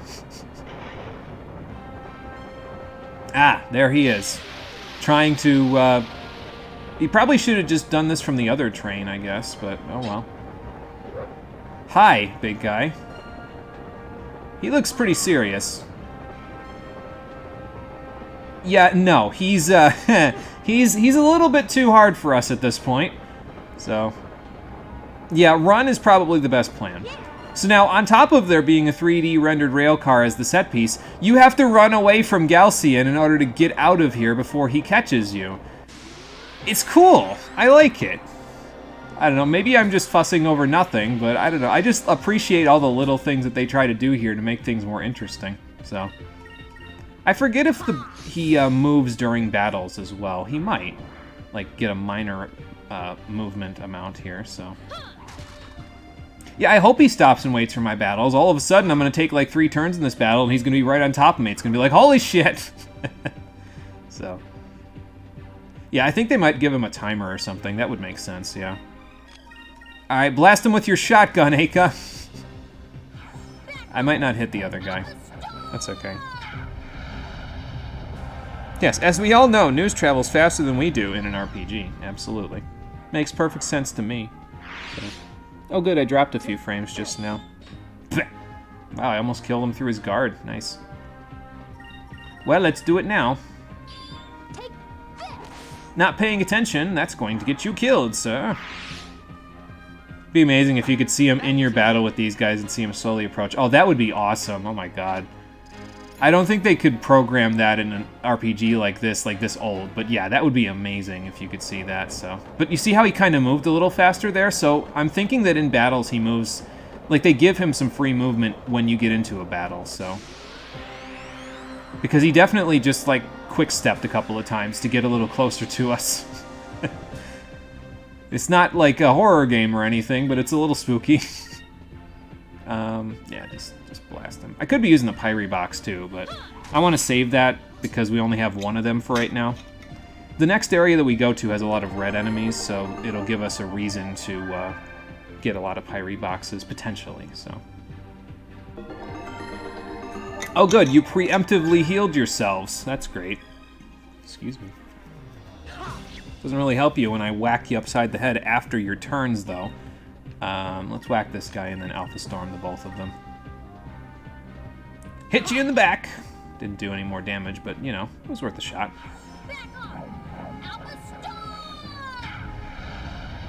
Oh, the fight you're watching is actually dumb. You meant watching, not fighting. You're guessing this is an ultimate fight. It is an ultimate fight. That explains how hard it looks. Oh, good, yeah. I've heard terrible nightmare stories about the ultimate fights in 14. Like, I don't even know how to describe them, to be honest. That they don't look like much fun to me, if I'm honest. It doesn't look like the kind of thing where you can like overcome it with skill. It looks like the kind of thing where you can overcome it with skill, but you also need a lot of luck in order to overcome it. So, oh, excuse me. Oi, Fina! We're here to rescue you. Stop right there, criminal scum! You violated the law. Yeah, I'm about to violate you. Yeah, it took us a little longer than we imagined, but hey. We're here now. And now we got another boss fight. After the second one, though, after the fight against the Executioner, I don't think this one's too bad, though. Because it's mostly just soldiers. Oh my! Just George Decay just pops out of nowhere. It's like, God damn it! That is not what I meant! So... Well, there's a new one, and it looks like hell. Oh boy, great. Do I use Pyre here? I mean, I have 8 MP. Yeah, I might just be able to use Crystallis, so that might do good damage. Let's just try to take him out one at a time if we can. Okay, he's guarding. That's going to be a pain in the nutsack. Yeah, she just fell over. I think that was her KO animation, actually. So it might be like a specific... like, she could have been a party member or something if she hadn't fallen over. But she's... basically, she has 0 HP, and you can't revive her because I don't think she's targetable. I can check. I have a Rizalum Crystal. Yeah, no, she's not targetable. See, my party list doesn't have her on there, but... yeah. I could get Incrum going, but again, I don't think these guys are too tough. That was like 180 damage we did, and he's still... He's almost out of it just from that, so... Oh, good counter stance. Fantastic. And you too, huh? I think that functions almost exactly like Vice's Counter-Strike. They won't counterattack Alpha Storm because it's a super move, but they might counterattack Vice, so... Yeah, they'll counter Vice. Okay. So maybe Magic would be a better bet here then, since, you know, that's what they're going for. So let's use the Pyre box and see what happens. And then, I'll just keep using Crystals. Let's try to take out the guy that we've already done some damage to, I think. Because they won't counter Magic, so that should help us a little bit.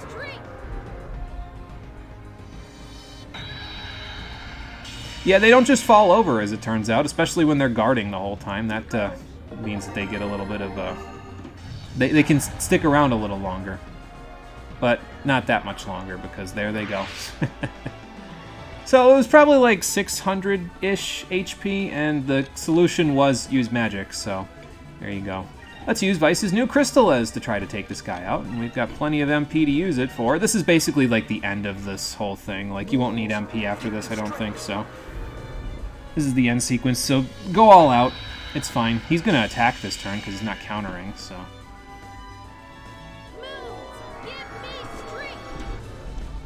And maybe goodbye? Yep, goodbye. See, not too bad.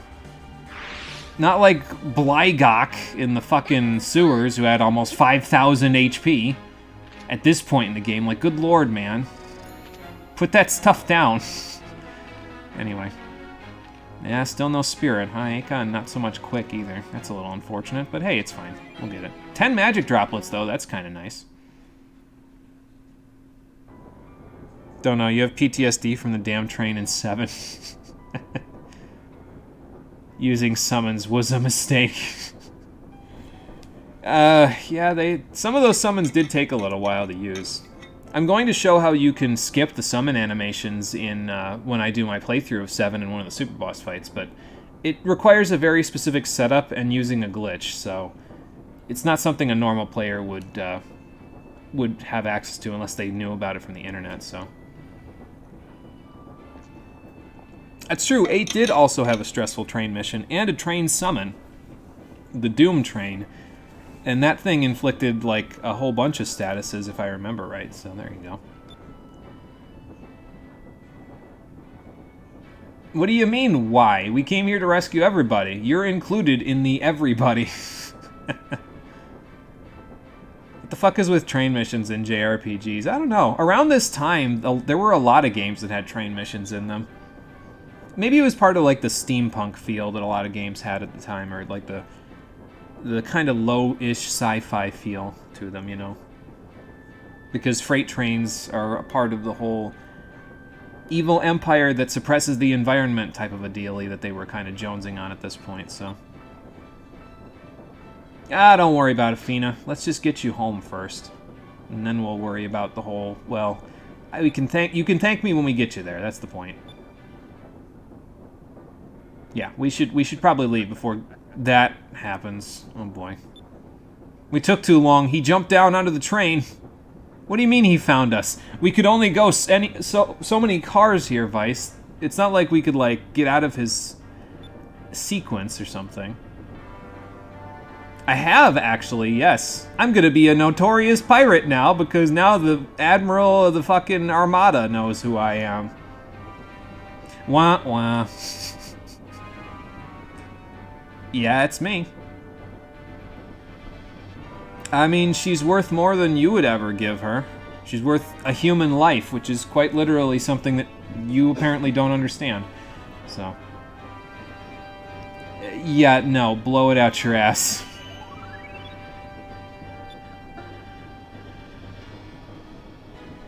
No, it's not good, and it never will be.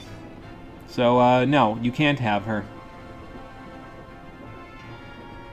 Maybe not as freely as before, but I will do the best to try. There you go. Oh, boy. Alright, well, let's get ready. Here comes the big fight against the Admiral himself. Fina, I hope you know what you're doing. No. Yeah, you don't have to fight him just yet. The little Jack's gonna save us. There you go. Nice shot, Drachma. Surprised you didn't manage to hit us in the confusion. That was a very clean cut. Bye! Oh, there you go.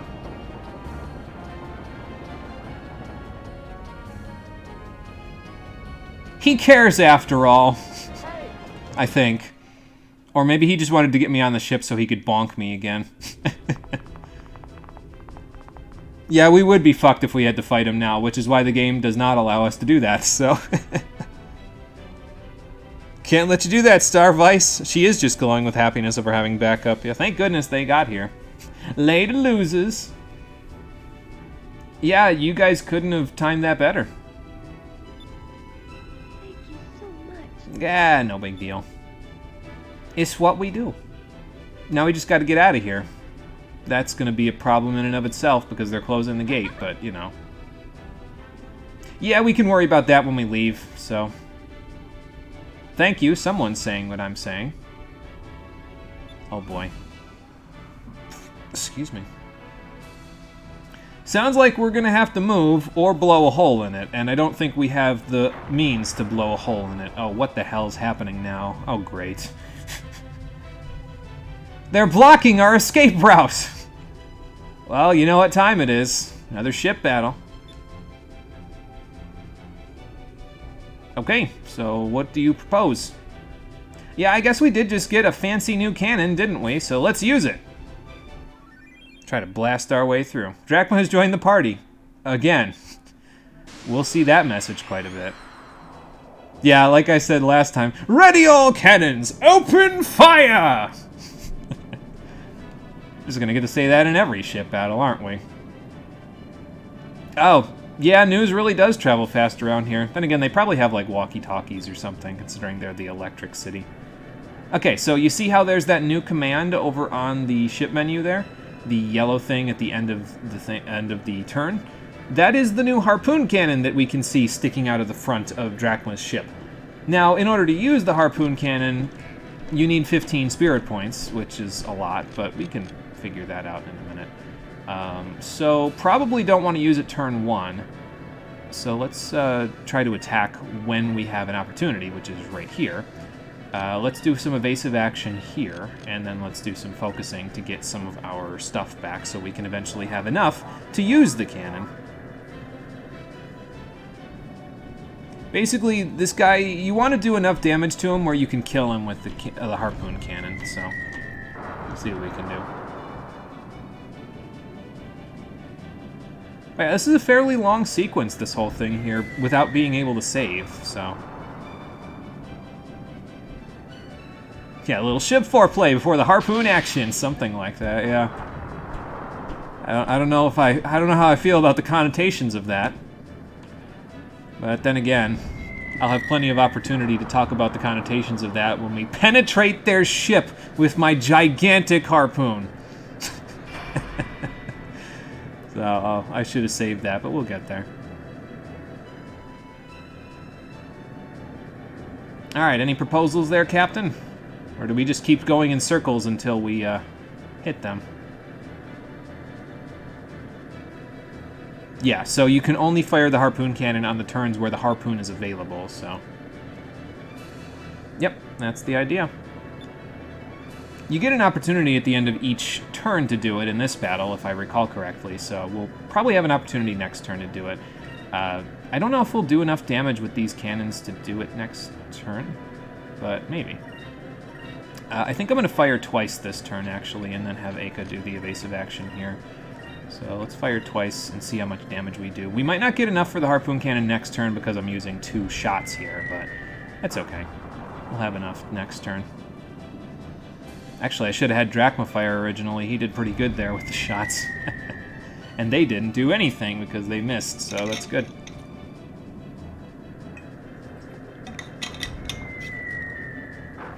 Okay, that should be good. I was thinking we'd get him down to about half, and then the Harpoon Cannon should finish him off, so... I think. So we'll see what happens next turn, and then we'll unleash the cannon as our final attack. Okay, well, we're taking on a little bit of fire here, but that's okay. Somebody get that fire out! I said that last time, too.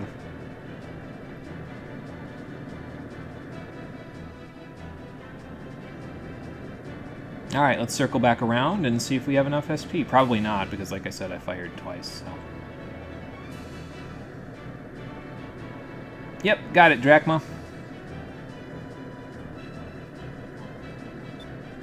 So yeah, this is basically like the tutorial for using the Harpoon Cannon. That's why they keep harping on it, to let you know, hey, this is when you can use it.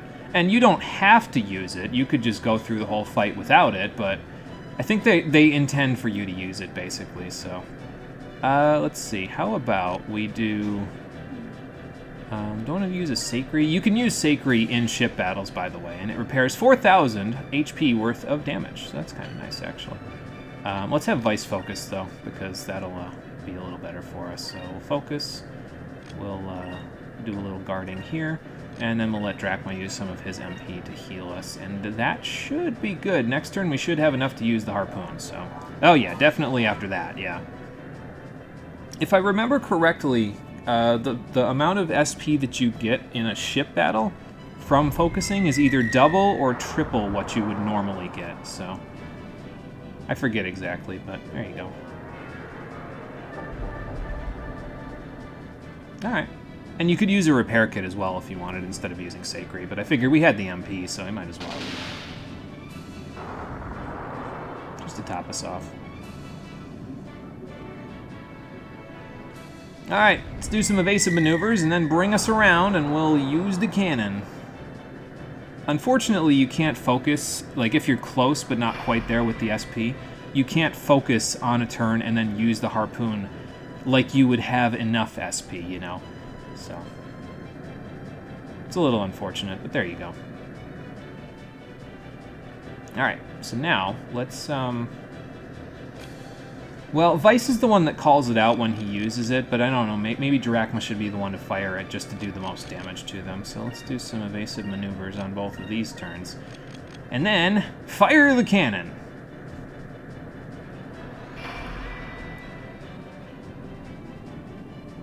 Yeah, let's confuse them by going in circles a dozen times. It's like, okay, if you want to. We might not get out of here if you do that, but there you go. I don't think there's a turn limit on this battle, though. I think it's just meant to be another tutorial, especially since it's after such a long sequence of not being able to save. Like, I think it's just a tutorial battle. I'm pretty sure you can't, like... I mean, you could lose it if you lose all your HP, but... I don't think they're like, oh yeah, well, you gotta do it in 3 turns or less, or else you'd die. But, no, I don't think that's a thing. Alright, ready it up! Here we go.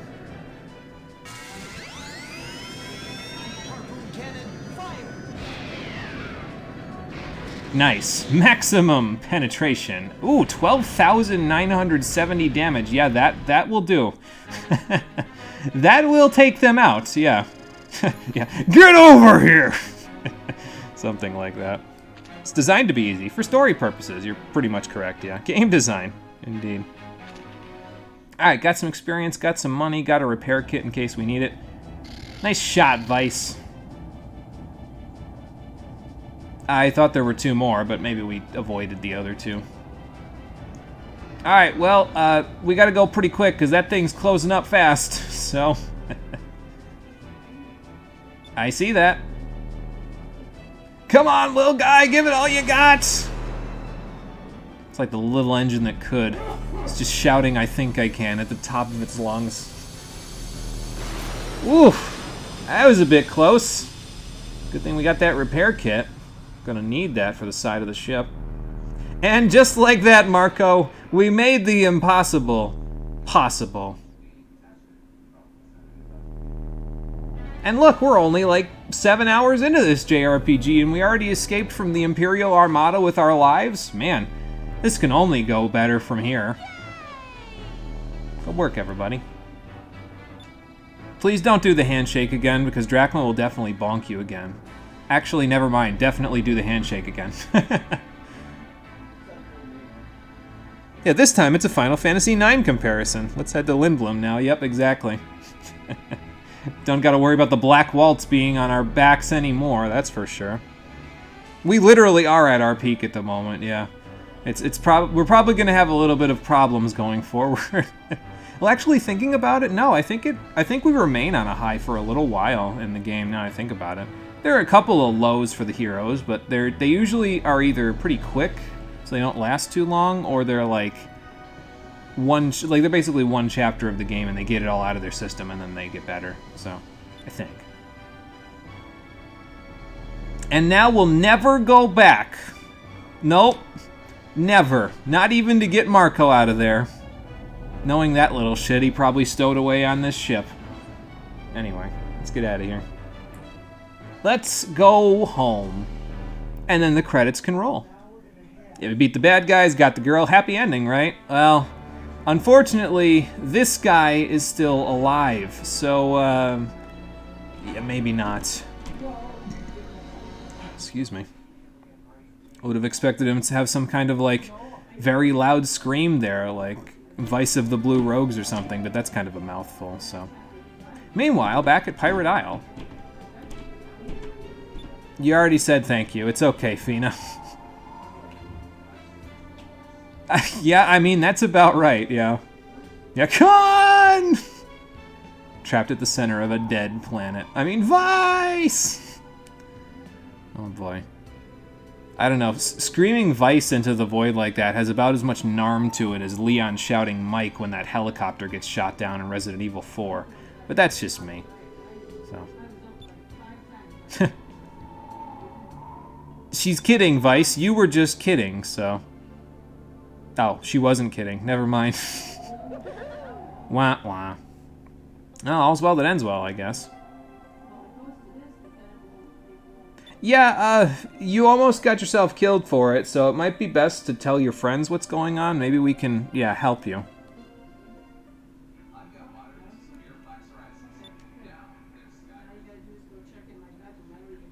So, what are you up to?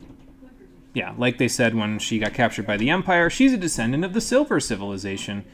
And I would assume they're not around anymore. Yeah, definitely not around anymore.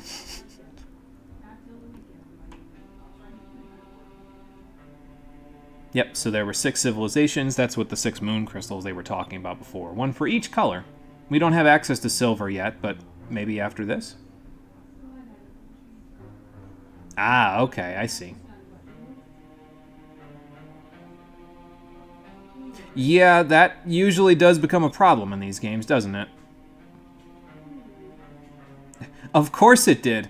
As we all know, the ancients may have access to better technology than we have in the modern world, but they can never use it for good things. They just have to kill each other with it. So that's just great. And that might be one of the weapons. It looks like that one guy from Killer Instinct, only green. Great. Yeah, those are the Gigases. And they're very large. just trust me on that one. A giant and a dragon and a whole bunch of other things, so. Yeah, this is why we can't have nice things. Well, the thing about fairy tales, Aka, is that most of the time they have some basis in reality, so. Yeah, that's a bit of a problem. The Reigns of Destruction. Now we're making a Chrono Trigger reference? Good lord. I don't want to say it because it sounds mean, but this game doesn't have an original bone in its body. No, that's not true. Ship battles aren't really something that I saw in a lot of RPGs at the time. Maybe like Xenogears, but I forget if there's like a separate mode for when you use the big Titan things in Xenogears to fight, or if they just are in a regular battle.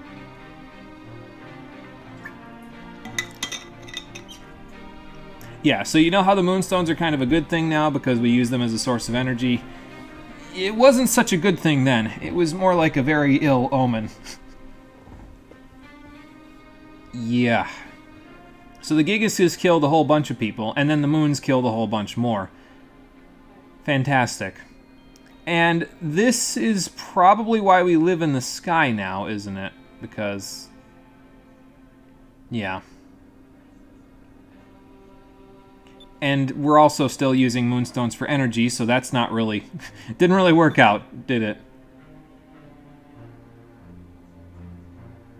Ah, okay. Makes sense.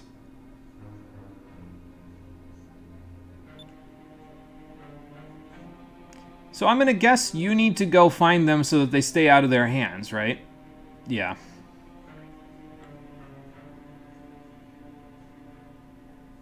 Oh, okay. Well, that makes sense. I get the feeling I already know what you're going to say. Yeah, so, I mean, fighting value was all fine and good, but this game does have a main plot line that runs through it, and that is to go to all of the different areas in the world and search for the moon crystals. Because if the Valuans get it, we're hosed! Yeah, probably a repeat of history, and we know we don't want that, so... we got this. Sounds like a fun adventure. Sounds like a solid 35 to 40 hours worth of time to spend. And then the last 5 to 10 will be the finale. Don't you love how it probably started as people teaching history to children and turned into a fairy tale? Yeah, it probably did. That's usually what happens with fairy tales too, so... I wonder how Dad's gonna feel about this. Well, yeah, I mean, you are a friend now, so you might as well give it a shot. I don't know, I didn't even hear it. What was it? Oh. Hi, little guy. You have a metal slime in your pocket? It's floating. I don't think metal slimes can do that, but okay. Hi. What is it? Uh-huh. Oh. Okay, well, I guess that makes sense. So this is like your guardian type of a dealing? Huh. Yeah, this is Cupel. He's Fina's weapon for gameplay purposes, basically. Oh, good, I dropped more frames. Oh, no, I didn't drop frames. My chat just reset again. Okay, on my phone. That's the second time today. That's weird. Yeah, well, you know. Fair question. I mean, I guess we could just stow away on Drachma's ship, but... yeah, I guess that's true. Alright, so we'll head down there as we go here, but before we do that, Fina has finally joined our party. The party is complete, and now we have access to silver moonstones for our weapons, which means now we have access to all of the elements. So that's pretty cool. Oop, my moonstone indicator, or moonfish indicator is going off, and I think I can see it, actually. Remember that thing that I said probably wasn't important before? Yeah, it's over here. It's the moonfish. So now we can grab one of those, and then we can go give that to Doc when we get back to Sailor's Island. And there was also, I forget what that was. Was it like a magic droplets or something? Something like that, I don't know. The only unfortunate thing about Fina is that she starts at level 1, which makes sense, considering she hasn't done any fighting since we first saw her at the beginning of the game, but yeah, it's just a little unfortunate because she's going to be a little bit squishy in battle for a little while, unfortunately. She does bring a little bit of extra party SP for us, though. Now we have 23 SP, which is pretty nice. So, Vice, can you learn your next super move yet?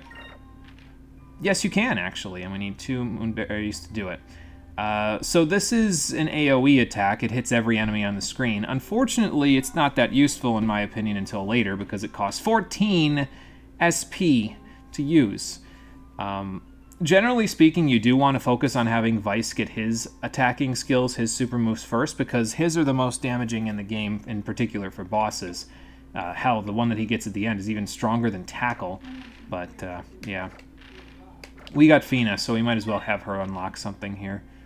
And this one's not too bad, actually. It's a little bit SP intensive, but it gives you a regen on the entire party, so that's kind of nice. I believe it's like 200 HP per turn, so yeah, not too bad. And then this one it gives you access to a Petrify move. You don't get that anywhere else, so I think I'll unlock this one too, actually. Well, actually, hang on. Drachma, do you have access to your next one yet? No, not yet. Okay. His second one is actually really good, but he doesn't have access to it yet, unfortunately, so... Yeah, Twitch says no chat allowed. Didn't rescue for free. Join the crew to pay off your debt, Fina. Yeah, something like that, yeah. Fish. Indeed. But this is how you can tell Drachma's kind of the fourth wheel here, because I know it's usually the third wheel, but Fina has access to 5 super moves that she can use, so she's pretty much a permanent fixture in your party now for the rest of the game. Aka, same thing. Vice, of course, same thing. He's the main character. But Drachma only has access to 3 moves, so he'll be in and out of the party. And there'll be another couple of characters that switch in for him later on. So there you go. Let's see. Looks like I've got a full heal, so I guess I don't got to use my items. I can just go and buy some other stuff, so that's good. Seems like the healer and the niche option like Aerith. Yes, I think a lot of people use her as the healer. I know I did on my first playthrough. She also, though, has the highest will of any character in the game, which means her magic hits like a train, from what I understand. So I'm going to try to use her in a more offensive mage role than I think a lot of people do over the course of the playthrough. I don't know how it'll work out yet, but that's the plan anyway, so we'll see. Yeah, this game and its ladders. I forgot to play Snake Eater in the background. I was thinking about doing that when we got to this ladder again. Oh, well. Yeah, she's Pinello. Yeah, kind of, actually. From the stats department, that's not too far from the truth, yeah. So, she plays a little bit more of a role in the story than Pinello does, though. So, but then again, that's not a high bar to pass, so... I think there's something new in this section now. I forget. But I think so. There's also one more moonfish that we can get, but I think it's in the underground port, so...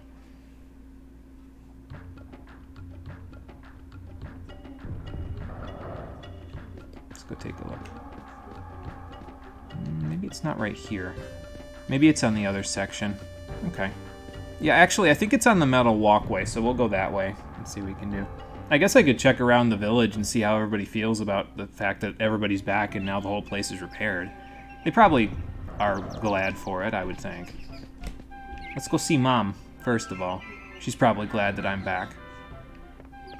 Oh, she's still in the underground. Okay, that's fine. Pinello's purpose in the story was being cute and uplifting. It's quite important. Yeah, I guess that's fair. Yeah. It's just everybody else got the story, whereas Pinello had to be the cute, supportive friend. So, there you go. Fair enough. Well, yeah, I mean, absence makes the heart grow fonder, but your secret's safe with me. Sure did. I hope so. Yeah, I could imagine. I mean, infiltrating the Empire's territory to try to take back all of our friends usually doesn't work out too well. Did you keep everybody safe while I was gone, pal? That's good.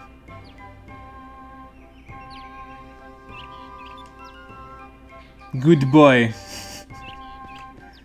We'll come back and check on pal occasionally, maybe, if we're in the area, just because I gotta come see my doggo. Alright, anyway, let's go downstairs. Oh, there's a treasure up there I didn't get. I should probably go grab that then, shouldn't I? Yeah, there we go, you said it. It's not hard to be more significant than Pinello in the first 12. She does stuff in Revenant Wings, but you don't remember what. Oh boy. Hang on, Luke, I gotta go back upstairs. I forgot a treasure. How am I supposed to be a pirate if I don't get every treasure I see?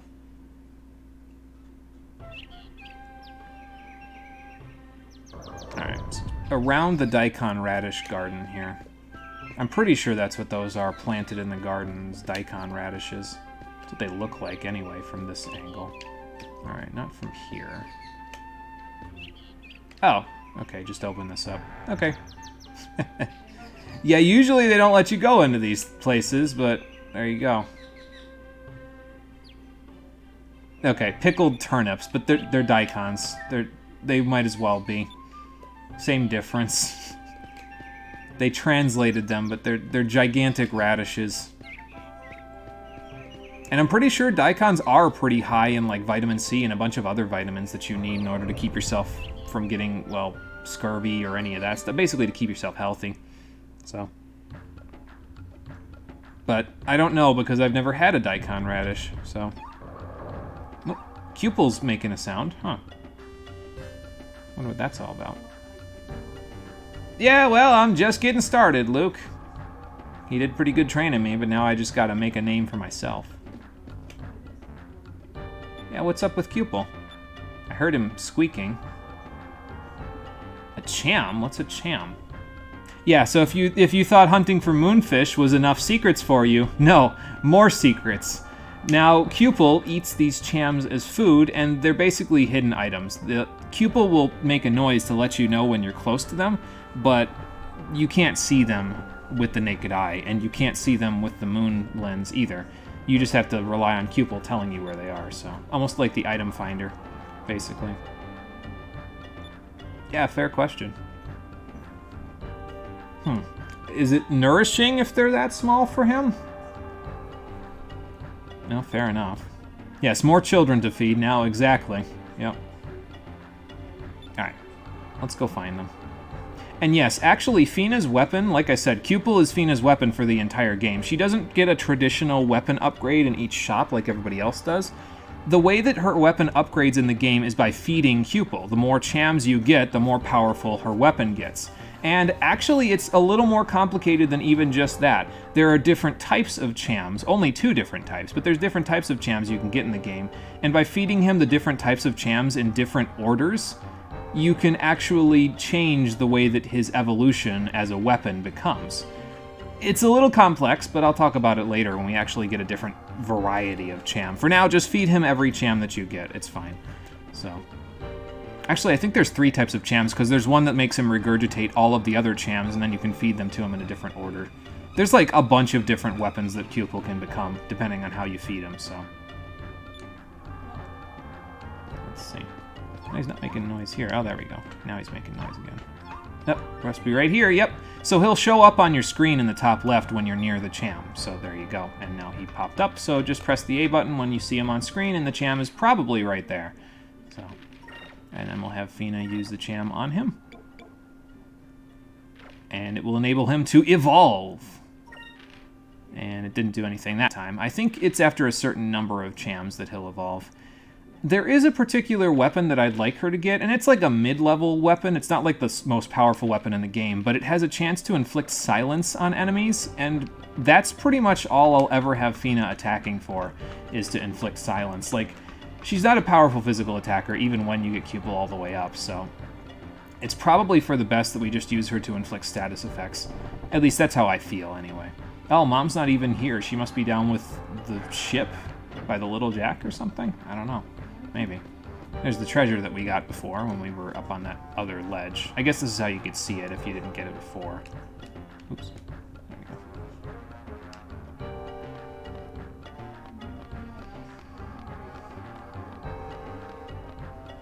Gotta remember sometimes to stop running my mouth and take time to breathe.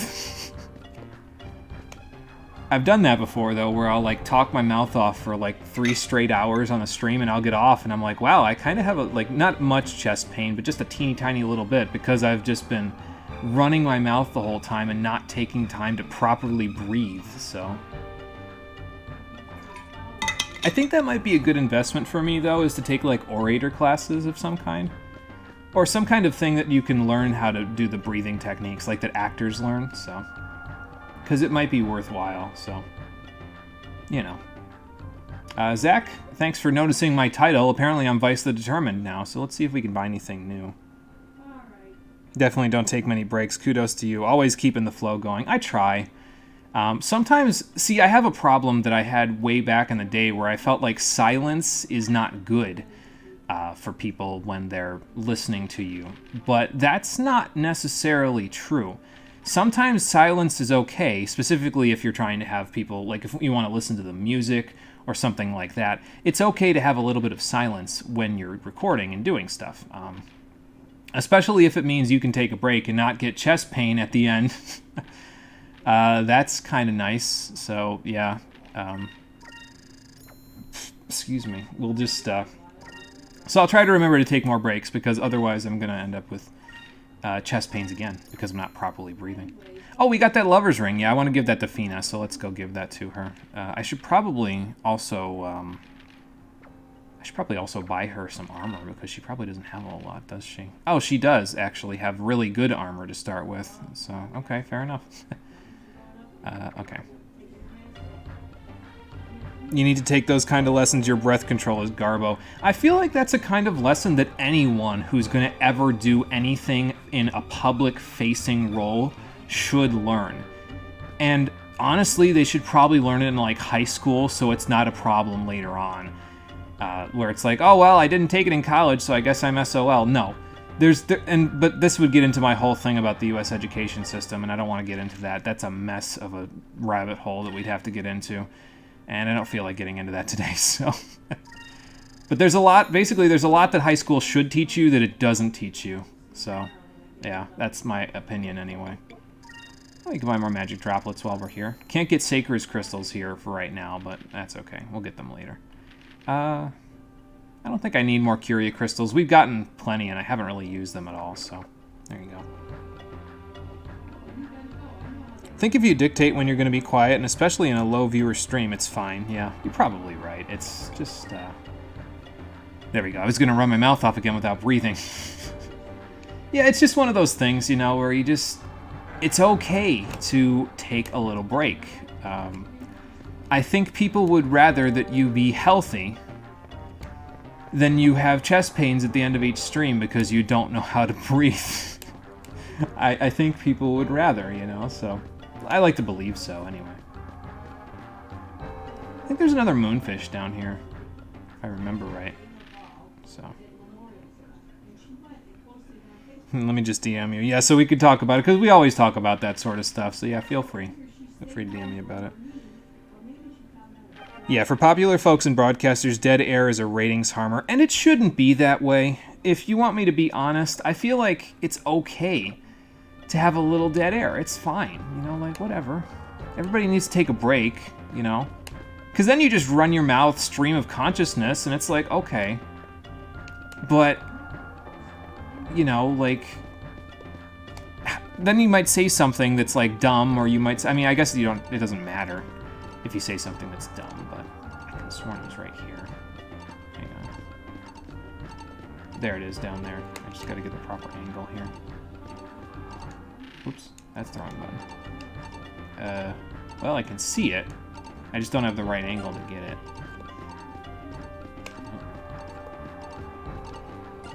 Oop. There we go. Got it. Yeah, you have to have that alarm ringing in the background in order to grab it. Otherwise, you can't get it, so...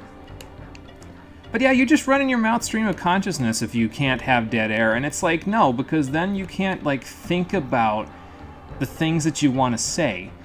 And that's where a lot of the little speech tics come in, too, because that's when you get the ums and the uhs and all that stuff. And really, if you want to be a good orator, instead of the ums and the uhs, just take a breath.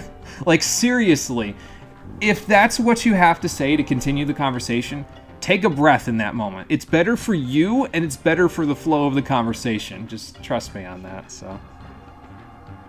I'll take it as you're excited to be sharing this with folks. Yeah, there you go. So you could think of it that way, yeah. Oh, dead air is bullshit in your job. You get penalized for not constantly talking to end users. Yeah, but, like, what if they're doing something and you need to, like... wait for them to say it, you know? It's like, come on. I don't know. I have a lot of things to say about the way that companies treat their workers and all that other stuff, and the way that schools treat students as educators. I feel like in a lot of ways, it's not done well, but, you know. Don't have palpitations over me, though. Sip of water, breath, recollect self. Exactly. Like I said, it's something I'm working on. I need to do more of it. Especially if I catch myself feeling like I need a breath, you know. I don't want to end these out of breath, so... Ugh, and I need to stop yawning, and that's due to breath control, too. The more breaths you take in, the more oxygen your brain gets, the less likely you are to yawn, so... Oh, really? He already knew? I mean... I guess that's fair enough, you know, it's he probably either overheard us or we were talking about it on the way, or he just knew. He's a good dad, Dine seems like, so, you know. Yeah, and to be fair, all boys leave home someday. It said so on the non-existent TV that we have, so... Yeah, pretty much exactly what I just said, so there you go. Yeah, you can thank the Valuans for that one, unfortunately. Walk tall, my son. Let's hope this game doesn't end as badly as that one did. Good lord.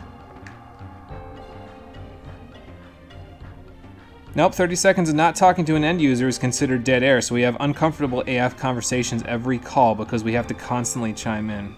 I hope you tell people that sometimes, too, if they're, like, listening to you talk, and it's like, no, like, I don't know if the company records your calls or anything, but I'd be telling everybody, I'd be like, no, the company tells us we have to say stuff, because if we say things if we don't say something for a 30-second period, we get written up, basically. So, I feel like people would understand anyway. I know I would, so. Hell, I'd try to keep the conversation light and jovial in that particular case, if I knew. And now that I know, I think I'll try if I'm ever on the phone with someone for tech support. So. Oh, you get in trouble for that because they record calls for quality assurance. Yeah, I love that, where they record for quality assurance. It's like, oh, God. Sure, that's what you're doing it for. Anyway. That's the call to adventure. It's pretty normal, especially for someone Vice's age. You're an adult, son. Now go figure out how to live for yourself. Well, yeah, it's important to him, so, you know. Sounds like a plan, Dad. Thank you. I think I just saved, but I'm going to do it anyway again, now that we got the moonfish, so. So it's an art to troubleshoot and not having dead air. Yeah, I don't envy you that art at all. That's for sure. Excuse me. Piece of Yoshi, I apologize. I had to clear air from my chest before I could read your advice on playing Royal. I will keep it in mind. But how you doing? Welcome back. We're playing some Skies of Arcadia Legends, and we just rescued our friends and family from the Valuan Empire. 3 streams into the game. We already beat the Empire at something. This is going to be good. So now we got to leave home and explore around to try to collect up the moon crystals that the evil Empire is trying to take for themselves. So it's a pretty standard story, but I don't know. I like it even though it's very standard. It has a sense of charm, I guess. Yeah, I'll try to keep them away from our house next time.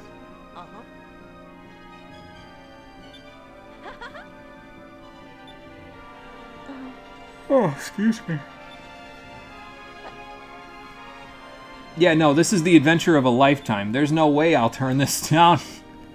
And, you know, also the world is in imminent peril. But we don't really have too many side quests at the moment, so...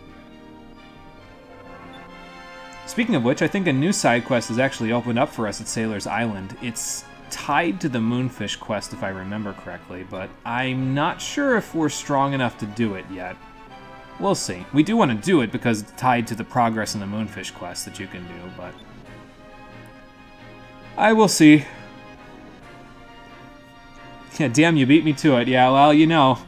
The words imminent peril around here are like a flag. It basically says, yeah, side quest time. You're probably right. I mean, there may be dangers and everything along the way, but yeah, we can't pass this stuff. So. Yeah, I guess it'd be nice if we knew where we were going, wouldn't we? Okay, so probably where the major cities have gathered, because...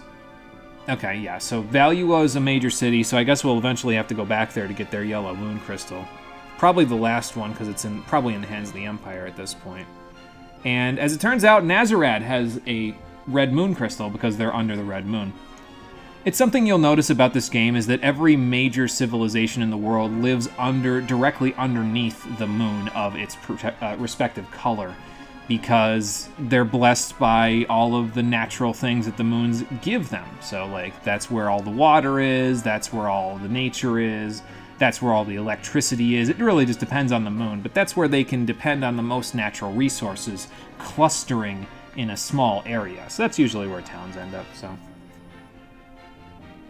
Yeah, it's not the end of the world yet, so no side questing. There you go. Be honest, you'll take most side quests the moment that they pop up in games. This is kind of a bad habit, though. Looking at you, Etrian Odyssey 1, Golem was a fucking low blow. Yeah, and honestly, there is a side quest. The side quests that were added in the Legends version of the game, for the most part, are not meant to be done when you first get them. For example, okay, yeah, we know how to get to Nazar from here. Yeah, and I guess there's that.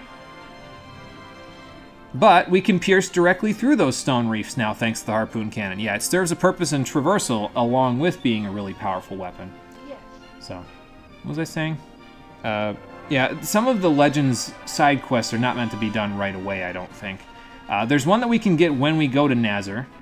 I'm going to say Nazar because I say Nazarad. I don't say Nazirad. So let's just say Nazar. It's probably how it's supposed to be pronounced anyway. But yeah, there's one we can do as soon as we get there, but it's really hard for this point in the game, so I think I'll wait on it, you know. Golem was kind of a late game boss, and his quest pops up about halfway through the game. That fight being hard is an understatement. Oh boy. Alright. Yeah, Drachma, you're correct. Let's get moving again, so we can actually, you know, get moving with the story. I seem to get stuck talking to people in this game a lot. Like, specifically here, because it took us like an hour to get through the first opening sequence when it's only supposed to be like half an hour. Because people are talking. Not people in chat, people in the game are talking. And so then I like, you know. Well, anyway. Yeah, and now we get a little bit of New World map music because of the fact that we are all triumphant and ready to move. So that's cool. I think there's some new discoveries for us to pick up now as well, but I forget, so we'll see. Oh, nice! Secondary cannons might be an upgrade to what we've got at the moment. Matter of fact, I'm pretty sure they're just completely different upgrades to what we've got, so. Especially as the surprise at the end, like, holy shit, that was unfair AF and uncalled for. Yes, we got a new follower. Dodo? Don't know how to pronounce it, sorry, but thank you for following. I appreciate it. Welcome to the stream. We're playing a little Skies of Arcadia Legends today. We just rescued all our friends from the Valuan Empire, and now we're off on an adventure to try to find the 6 moon crystals. So there you go. But yeah, like that guy said, Sailor's Island is an often stop in this game. It's kind of the central hub in a way, so you'll be going back there quite often to get stuff, so. And yeah, see how these stone reefs are here now? So before, they would just act as barriers to everything, but now, well, after we fight these enemies, we can go through them. So there you go. Either way's fine. Alright, sounds good. I don't know which one I'll choose, but I'll let you know. So. Okay, groupers, grouters. I'm going to call them groupers probably. I don't know why, but there you go. And looper. Okay. Well, we can probably handle the looper at this point because we've got some magic that would probably work pretty good on him. Maybe we can try Wevley. Why not? It should work okay, I think. And, oh yeah, and we have just enough now to use Alpha Storm. Good. That should take care of, like, everything else. Fina, why don't you just guard for now? Because you're, like, level 1, so you're not really gonna contribute a whole lot of offense for a while. So. You're grinding in a gacha game, so don't mind me if I start rambling. No, that's okay. Yeah, flip a coin. That will determine which pronunciation. Wow, I didn't hit anything with that one. I should have done it a little more centralized. Oh, well. It's all good. Well, if those guys weren't dead, this might hit both of them, so we'll see how much it does. Yeah, the thing about Wevley is it hits in a circle AoE. And as it turns out, that looper actually, I almost did it again.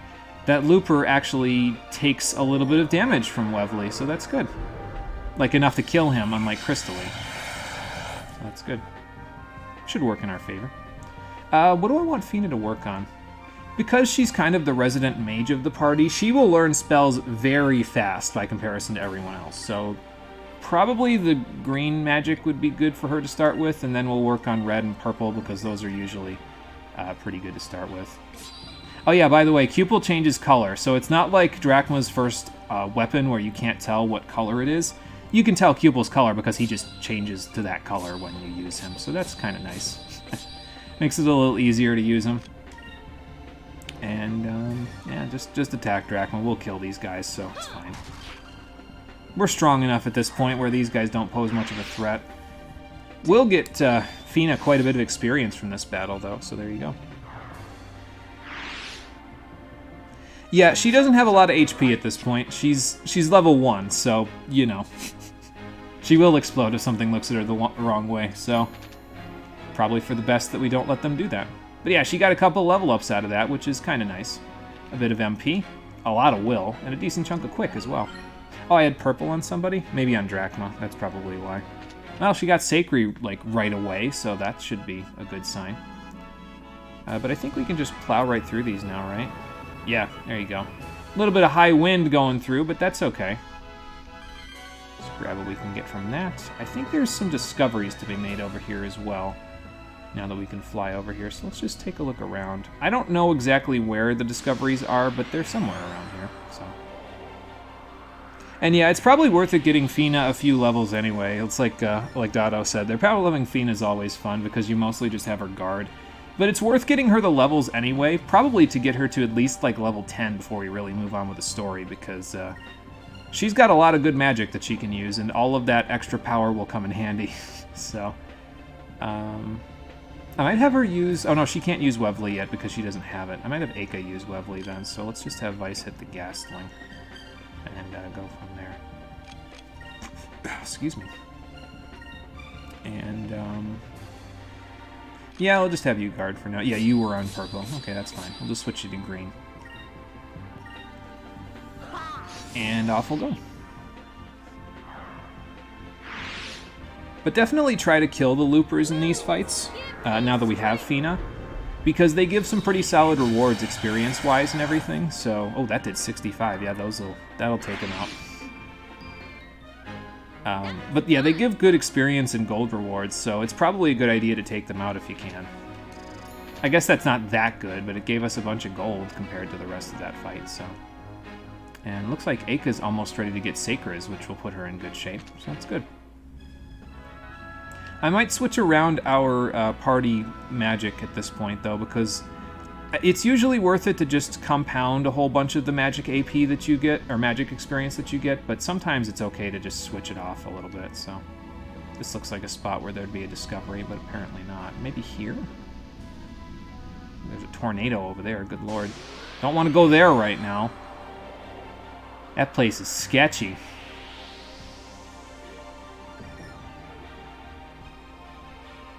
Okay, we got a Maraca, Grouper, all that stuff. Yeah, I'll probably switch to purple, actually, once we get Sacres for Aka, because it'd be good to have for Fina at the moment, but she really needs to start learning stuff where she can take advantage of how powerful her magic is, so we'll see what we can do about that. You can take care of the Ghastling, you just guard for now, and then Drachma, I guess, hit the Grouter, but I don't think you're gonna. Oh... Because that mace hand, well, it hit, but it doesn't have the best accuracy. Lifeblood and I were basically gambling on its hit rate back at the beginning of the stream when I got it from the sewers, so it's actually kind of fun, if I'm honest. That was fun. Not like gambling for real money or bits or anything like that, where you're just like, oh man, no, there's no way that's going to hit, and then Lifeblood's like, no, trust me, it'll hit, and then it did, so it's like, okay, well, he was right. Oh, we're on top of a discovery, there we go. The Sky Coral. Didn't even have to look for this one with the information from the guild, so that's cool. Microorganisms called Sky Coral attach themselves to moonstone boulders and grew to form these reefs. They flourish only in very specific conditions and can take 200 years to grow. Holy crap. Wonder if that's similar to real coral. Their various colors and shapes have long been valued for their beauty. I wonder how the developers of this game would feel about coral, knowing that the Great Barrier Reef is disappearing in real life. But that's a conversation for another time. Let's just go this way now. We're almost in high wind warning area, so let's not. There might even be another discovery over here, actually, but I'm not really sure where it is. So, it might be here? I could have sworn there was like 2 in this section. No. Okay, well, there we go. There's Shrine Island over there. How do you keep beating me to this shit? Get out of my head! Oh, apparently great minds think alike. So there you go, that's how. Yeah, you hit the Maraca. We've got enough to Alpha Storm right away, so... Actually, don't hit the Maraca, because Aka can hit the Maraca, so hit this guy, because he's probably out of the line. And you discard, and then you hit this guy, because he might also be out of the line, so... We might get lucky, hit one of them. Yep, we hit 3. No, we hit 2. Never mind. Looked like we hit 3, but the line isn't quite that big. Alright, well, we hit that guy anyway. I'll show you, by the way, why I'm not really relying on the mace hand hitting. Accuracy, though, might be determined by a level discrepancy, too. Like, because Drachma's level is higher than the enemies here, he might be hitting more often. So, but I'll show you why in just a second. I'm not really relying on it, so... Alright, we got Sacres and we got Noxie. Good. Oop, the thing's pushing me out the reef. Hold on, let me do that first. Alright, yeah, so let's look at Drachma's weapon that he currently has equipped. He has 10 hit, and that's like supposed to be 10% accuracy, but it seems a lot higher than that based on the fact that I've been hitting so often. It's about twice as powerful as every other weapon we have at the moment, though, so that's not bad for him. Especially if he uses Tackle. Like, we hit the one boss in the sewers with Tackle with Incrim on him, and it did like 1,500 damage at this point in the game. That's absurd. So, yeah, Drachma hits like a bus. It's just when he hits, that's all. This one looks like a pretty simple fight. So, we'll just do that and do that. It's fine. Drachma, take it easy. We got this. That's a good point there, Dotto. Accuracy formulas in these games are usually pretty funky. They usually have a lot of, like, if-then statements in them, or, like, additives where it's not something that you can just simply calculate, you know? So, not usually, anyway.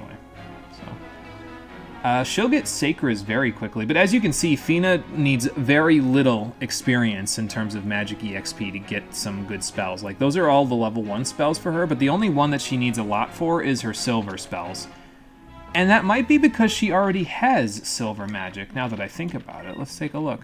Yeah, she's actually already got the first 2 silver spells, so she has Curia, which is the same thing as a Curia Crystal, and Risan, or Risan, however you say it. I'm going to probably say Risan because I say Risalim, so there you go.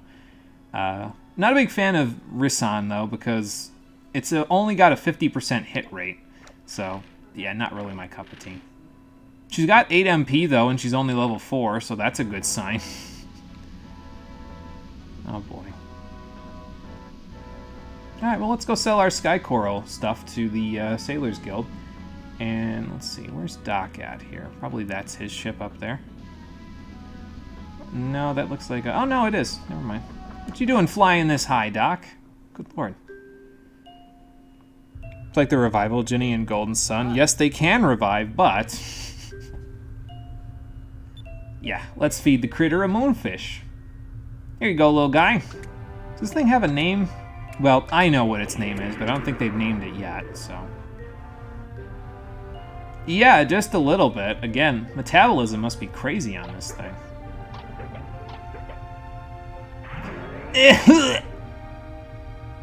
Thanks again, I guess. Excuse me. Yeah, just keep all of the spittle that my bird gives you. That's just great. Well, he got a flame mantle, so that's a pretty good piece of armor. Let's see what else he's got. I think we've gotten all of the moonfish up to this point, actually, that you can get. So, I think we've there's like a total of, I think, 24 in the game. We've gotten 4 of them, so... Pretty soon, Maria... As a matter of fact, at this point, I'm pretty sure Maria can't pick that thing up yet anymore. I'm pretty sure Doc will have a hard time pretty soon. It's a wonder his ship is going to stay upright depending on how big this thing gets. And we get the Gem of Fluidity as well. I think that prevents stone, if I remember correctly. Not really a huge deal right now, but it's not bad. I didn't equip the Lover's Ring, did I? Damn it. No, I will now. So, before I forget. Yeah, they can revive, but they can also miss. Fina, when she accidentally revives the grain of sand next to Vice. Whoops. Didn't mean to do that. Ah, so Cupel has been with Fina since she was 4. Interesting. Okay. Her armor is pretty damn good, as it turns out. So even if she gets hit, it's probably not too bad for her. This is actually worse for her than the Silver Veil. Wow.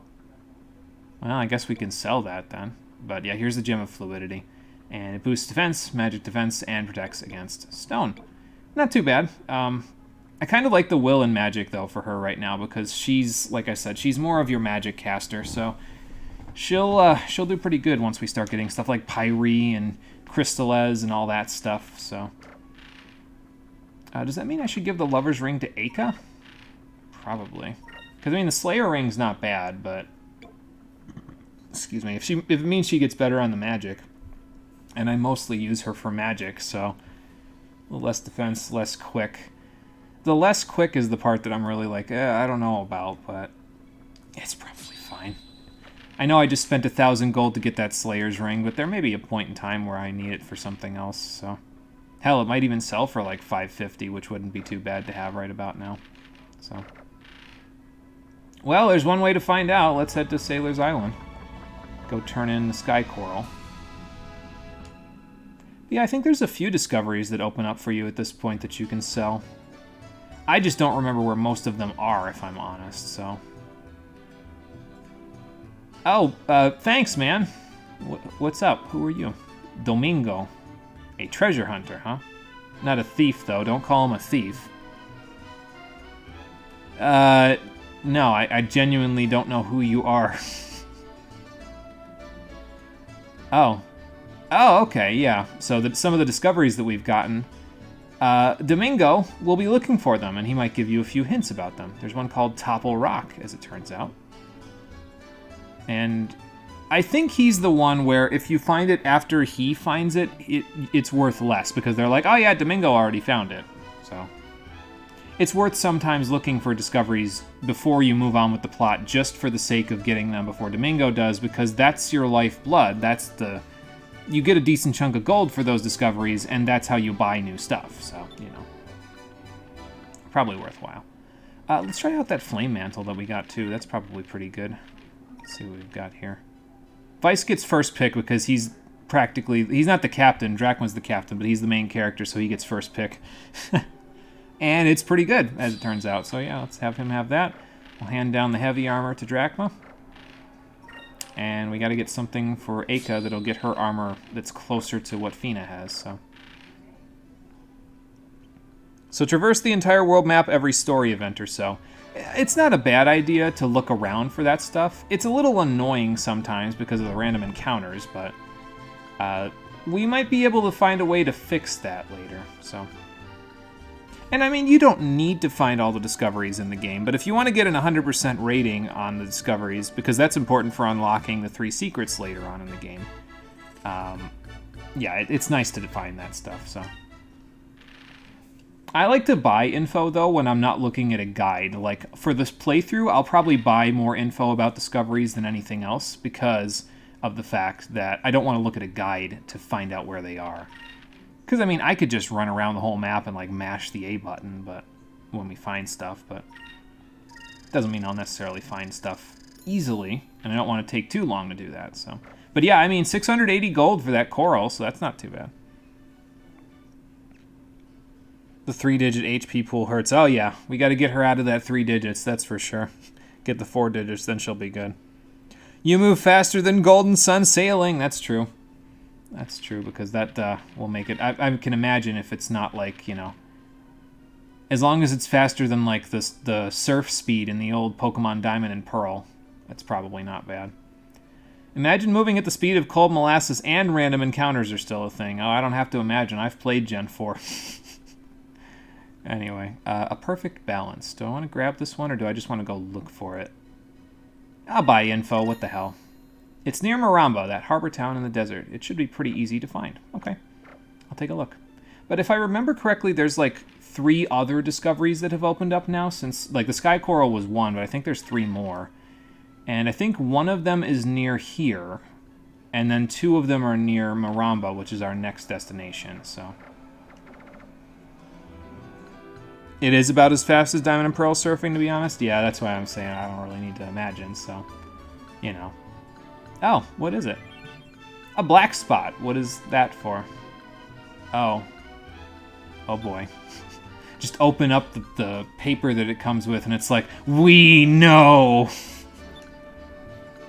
Well, let's take a look at it. I think if I remember right, that's an accessory. So, let's have a look-see, shall we? As a matter of fact, I'm pretty sure it's... Oh, no, it's not. Well, then, what's a black spot? Maybe it's an item? Let's go look. It's not an item here. Maybe it's in here. Yeah, there it is. A note written in red ink on jet black paper. I await you west of Sailor's Island. Piastol. Oh, boy. Somebody wants to hurt me. That's just great. And your next objective is in the equivalent of Antarctica. Yeah, that's, that don't sound like a whole lot of fun, and you don't know that, yeah. So you gotta explore around all over, or use a guide. Great. Hey, we got a little more money now. Is this enough? No, this is not enough. Alright, fair enough. So let's just have another look around real quick. We can go to the ship shop now. They've probably got some decent stuff. Hey, do you guys carry Sacre's crystals now? Because we could probably use a few. Yeah, that's me. I think they react differently depending on your title as well. Like I mean, it's nothing really substantial, but when you get a better title, they react to it. It's not like their inventory will change or anything, but they at least do react to it, so. I'm gonna need 3 of these, actually. Is that more than the inn? I think that's more than the inn, actually, so maybe I won't. I could just buy 3 of these, though, because I'm gonna, well... I was gonna use them to heal, Fina. And I guess I still could, but I need to go to the inn anyway to rest up and get their magic back, because they need a little bit of it, so... Sure, we'll buy up to 15 of these, that's fine. Still don't need to worry too much about those Curia crystals. We've got enough, it's fine. Remember that blurb you did on the server a while ago? It was long AF and details about the entirety of the second fourth of Golden Sun 2, and you have a slow AF sailing that's necessary for that entire time. Oh, Jesus. Well, that's just great. Put a little bit of a damper on that section of the game because of how slow it is. I don't know. I haven't played it, so I can't tell you, but there you go. Yeah, so I heard. Secondary cannons, huh? Okay. He's right. We probably should both ask and purchase a secondary cannon, so.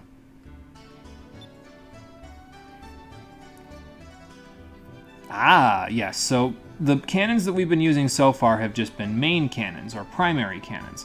If you equip a secondary cannon, you can shoot it for more than 1 turn in a row. Basically what you'll do is you'll use it on the turn that you use it in the battle, and then there's an arrow that extends out from it, and you can fire it for a number of other turns in exchange for more SP.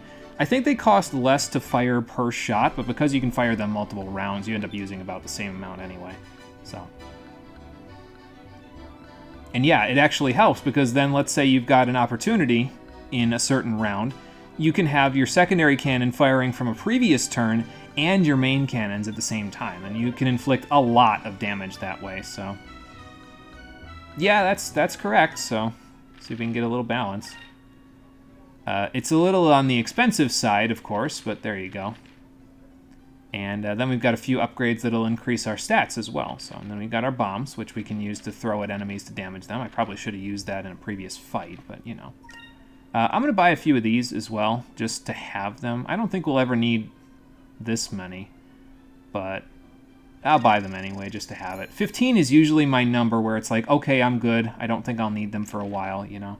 So, here's an armored deck. We should probably equip that too. Yeah, finally going to get a use for all this gold that we grabbed, so there you go. Let's stick that right there, get a little extra defense. Got an engine cover as well, and that'll increase our dodge and our quick. So let's grab that. And equip that down here. There we go. And then we got a 3-inch cannon, which is one of the secondary cannons that they were talking about. Standard cannons are better than the main cannons that you have for right now, but I don't think that it's strictly necessary to buy more cannons. I usually just buy like one of each when I'm in port. So the ship battles aren't so hard that you really need to like min-max, at least in my opinion. So I would kind of like to move these around a little bit though, but no, whatever, it's fine. Just stick it right there for now. Can I sell one of those main cannons now that I'm not using it? I can sell this, because I won't need that again. Yeah, the Slayer ring sells for that half that I was saying before. I'm going to keep it, actually, though, because it might be useful for another party member later, so... And, yeah, let's sell this. Drachma kept it in great shape. That's why it's worth so much. And I think we're good here. Oh, we got some red sardies as well as some sky sardies, so I guess we might as well just sell them. I think you use them for, like, side quests or something, but I usually don't use them for much of anything, so, yeah. Why am I selling fish to a ship parts salesman? Who knows. Just because he'll take them. Thanks, big guy. Alright. Let's go to the weapons shop, see if they've got anything new. So, because I've got all this money to blow. And then after that, I think we'll call it a day after I rest at the inn. Hey, Pinta, what's up? Oh, you know, I haven't traveled around the world yet, but I have, in fact, traveled to Valua and then gotten away while they were angry at me. So, you know. Ship battles are fun. I like them. They're a nice little pace breaker for the game, I think. Not pace breaker in a bad way, but they break up the pace of just all of the regular random battles with something a little bit more strategic, so I like them. So, yeah, I guess so. Yeah, I suppose that's a good point, Cefico. He doesn't have to buy a fish dinner on the way home. Now he's fed, basically. So let's just hope those sardines are bigger in this game than they are in real life, because holy cow, that's not a whole lot. Okay, so... we have the mace, which does a hell of a lot more damage, but the beak hand is more accurate and can confuse enemies. Well, I know I want the scout wing, so... Actually, I might not want to buy that yet, because we might be able to get a new upgrade for Aka when we get to Nazar, so... Oh, excuse me. There's a Krillhound's Claw that we could buy if we didn't already have good accessories. Is this the old stuff? Yes, it is, although that Mystic Dress is still an upgrade for Aka, but this is more of an upgrade, so... And then a raincoat.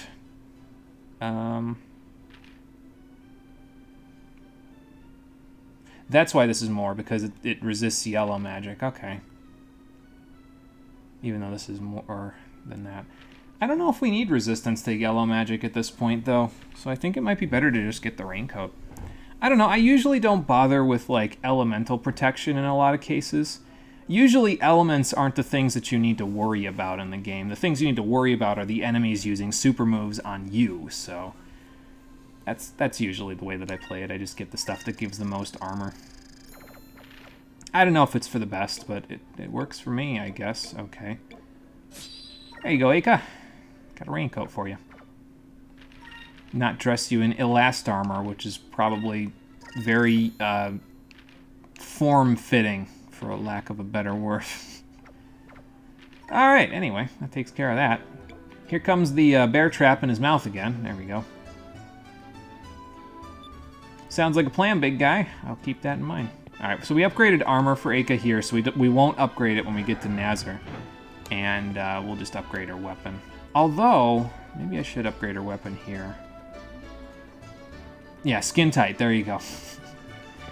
That's what it is. I'll upgrade her weapon here too, because you never know, it might not be available in Nazar. If it is, we'll just wait to upgrade until the next weapon upgrade, so there you go. I guess we get to see the big chompers that this guy's got again. So let's grab this. I'll keep the mace hand for now. It's just kind of silly and fun to use, so I'll keep it for now. Because of how damaging it is.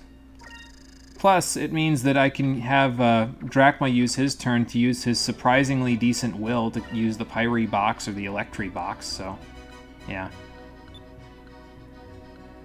Alright, that takes care of that. Let's go take a sleep at the inn, and then after we're done with that, we'll save and we'll call it a day. Is the mystery merchant still here? Nope, he probably moved on to Maramba, actually, so we'll see him again, though. I think he sells new stuff each time you see him, so we'll take a look. And yep, we'll stay the night for 60 gold. Sounds like a plan. Cool, thanks.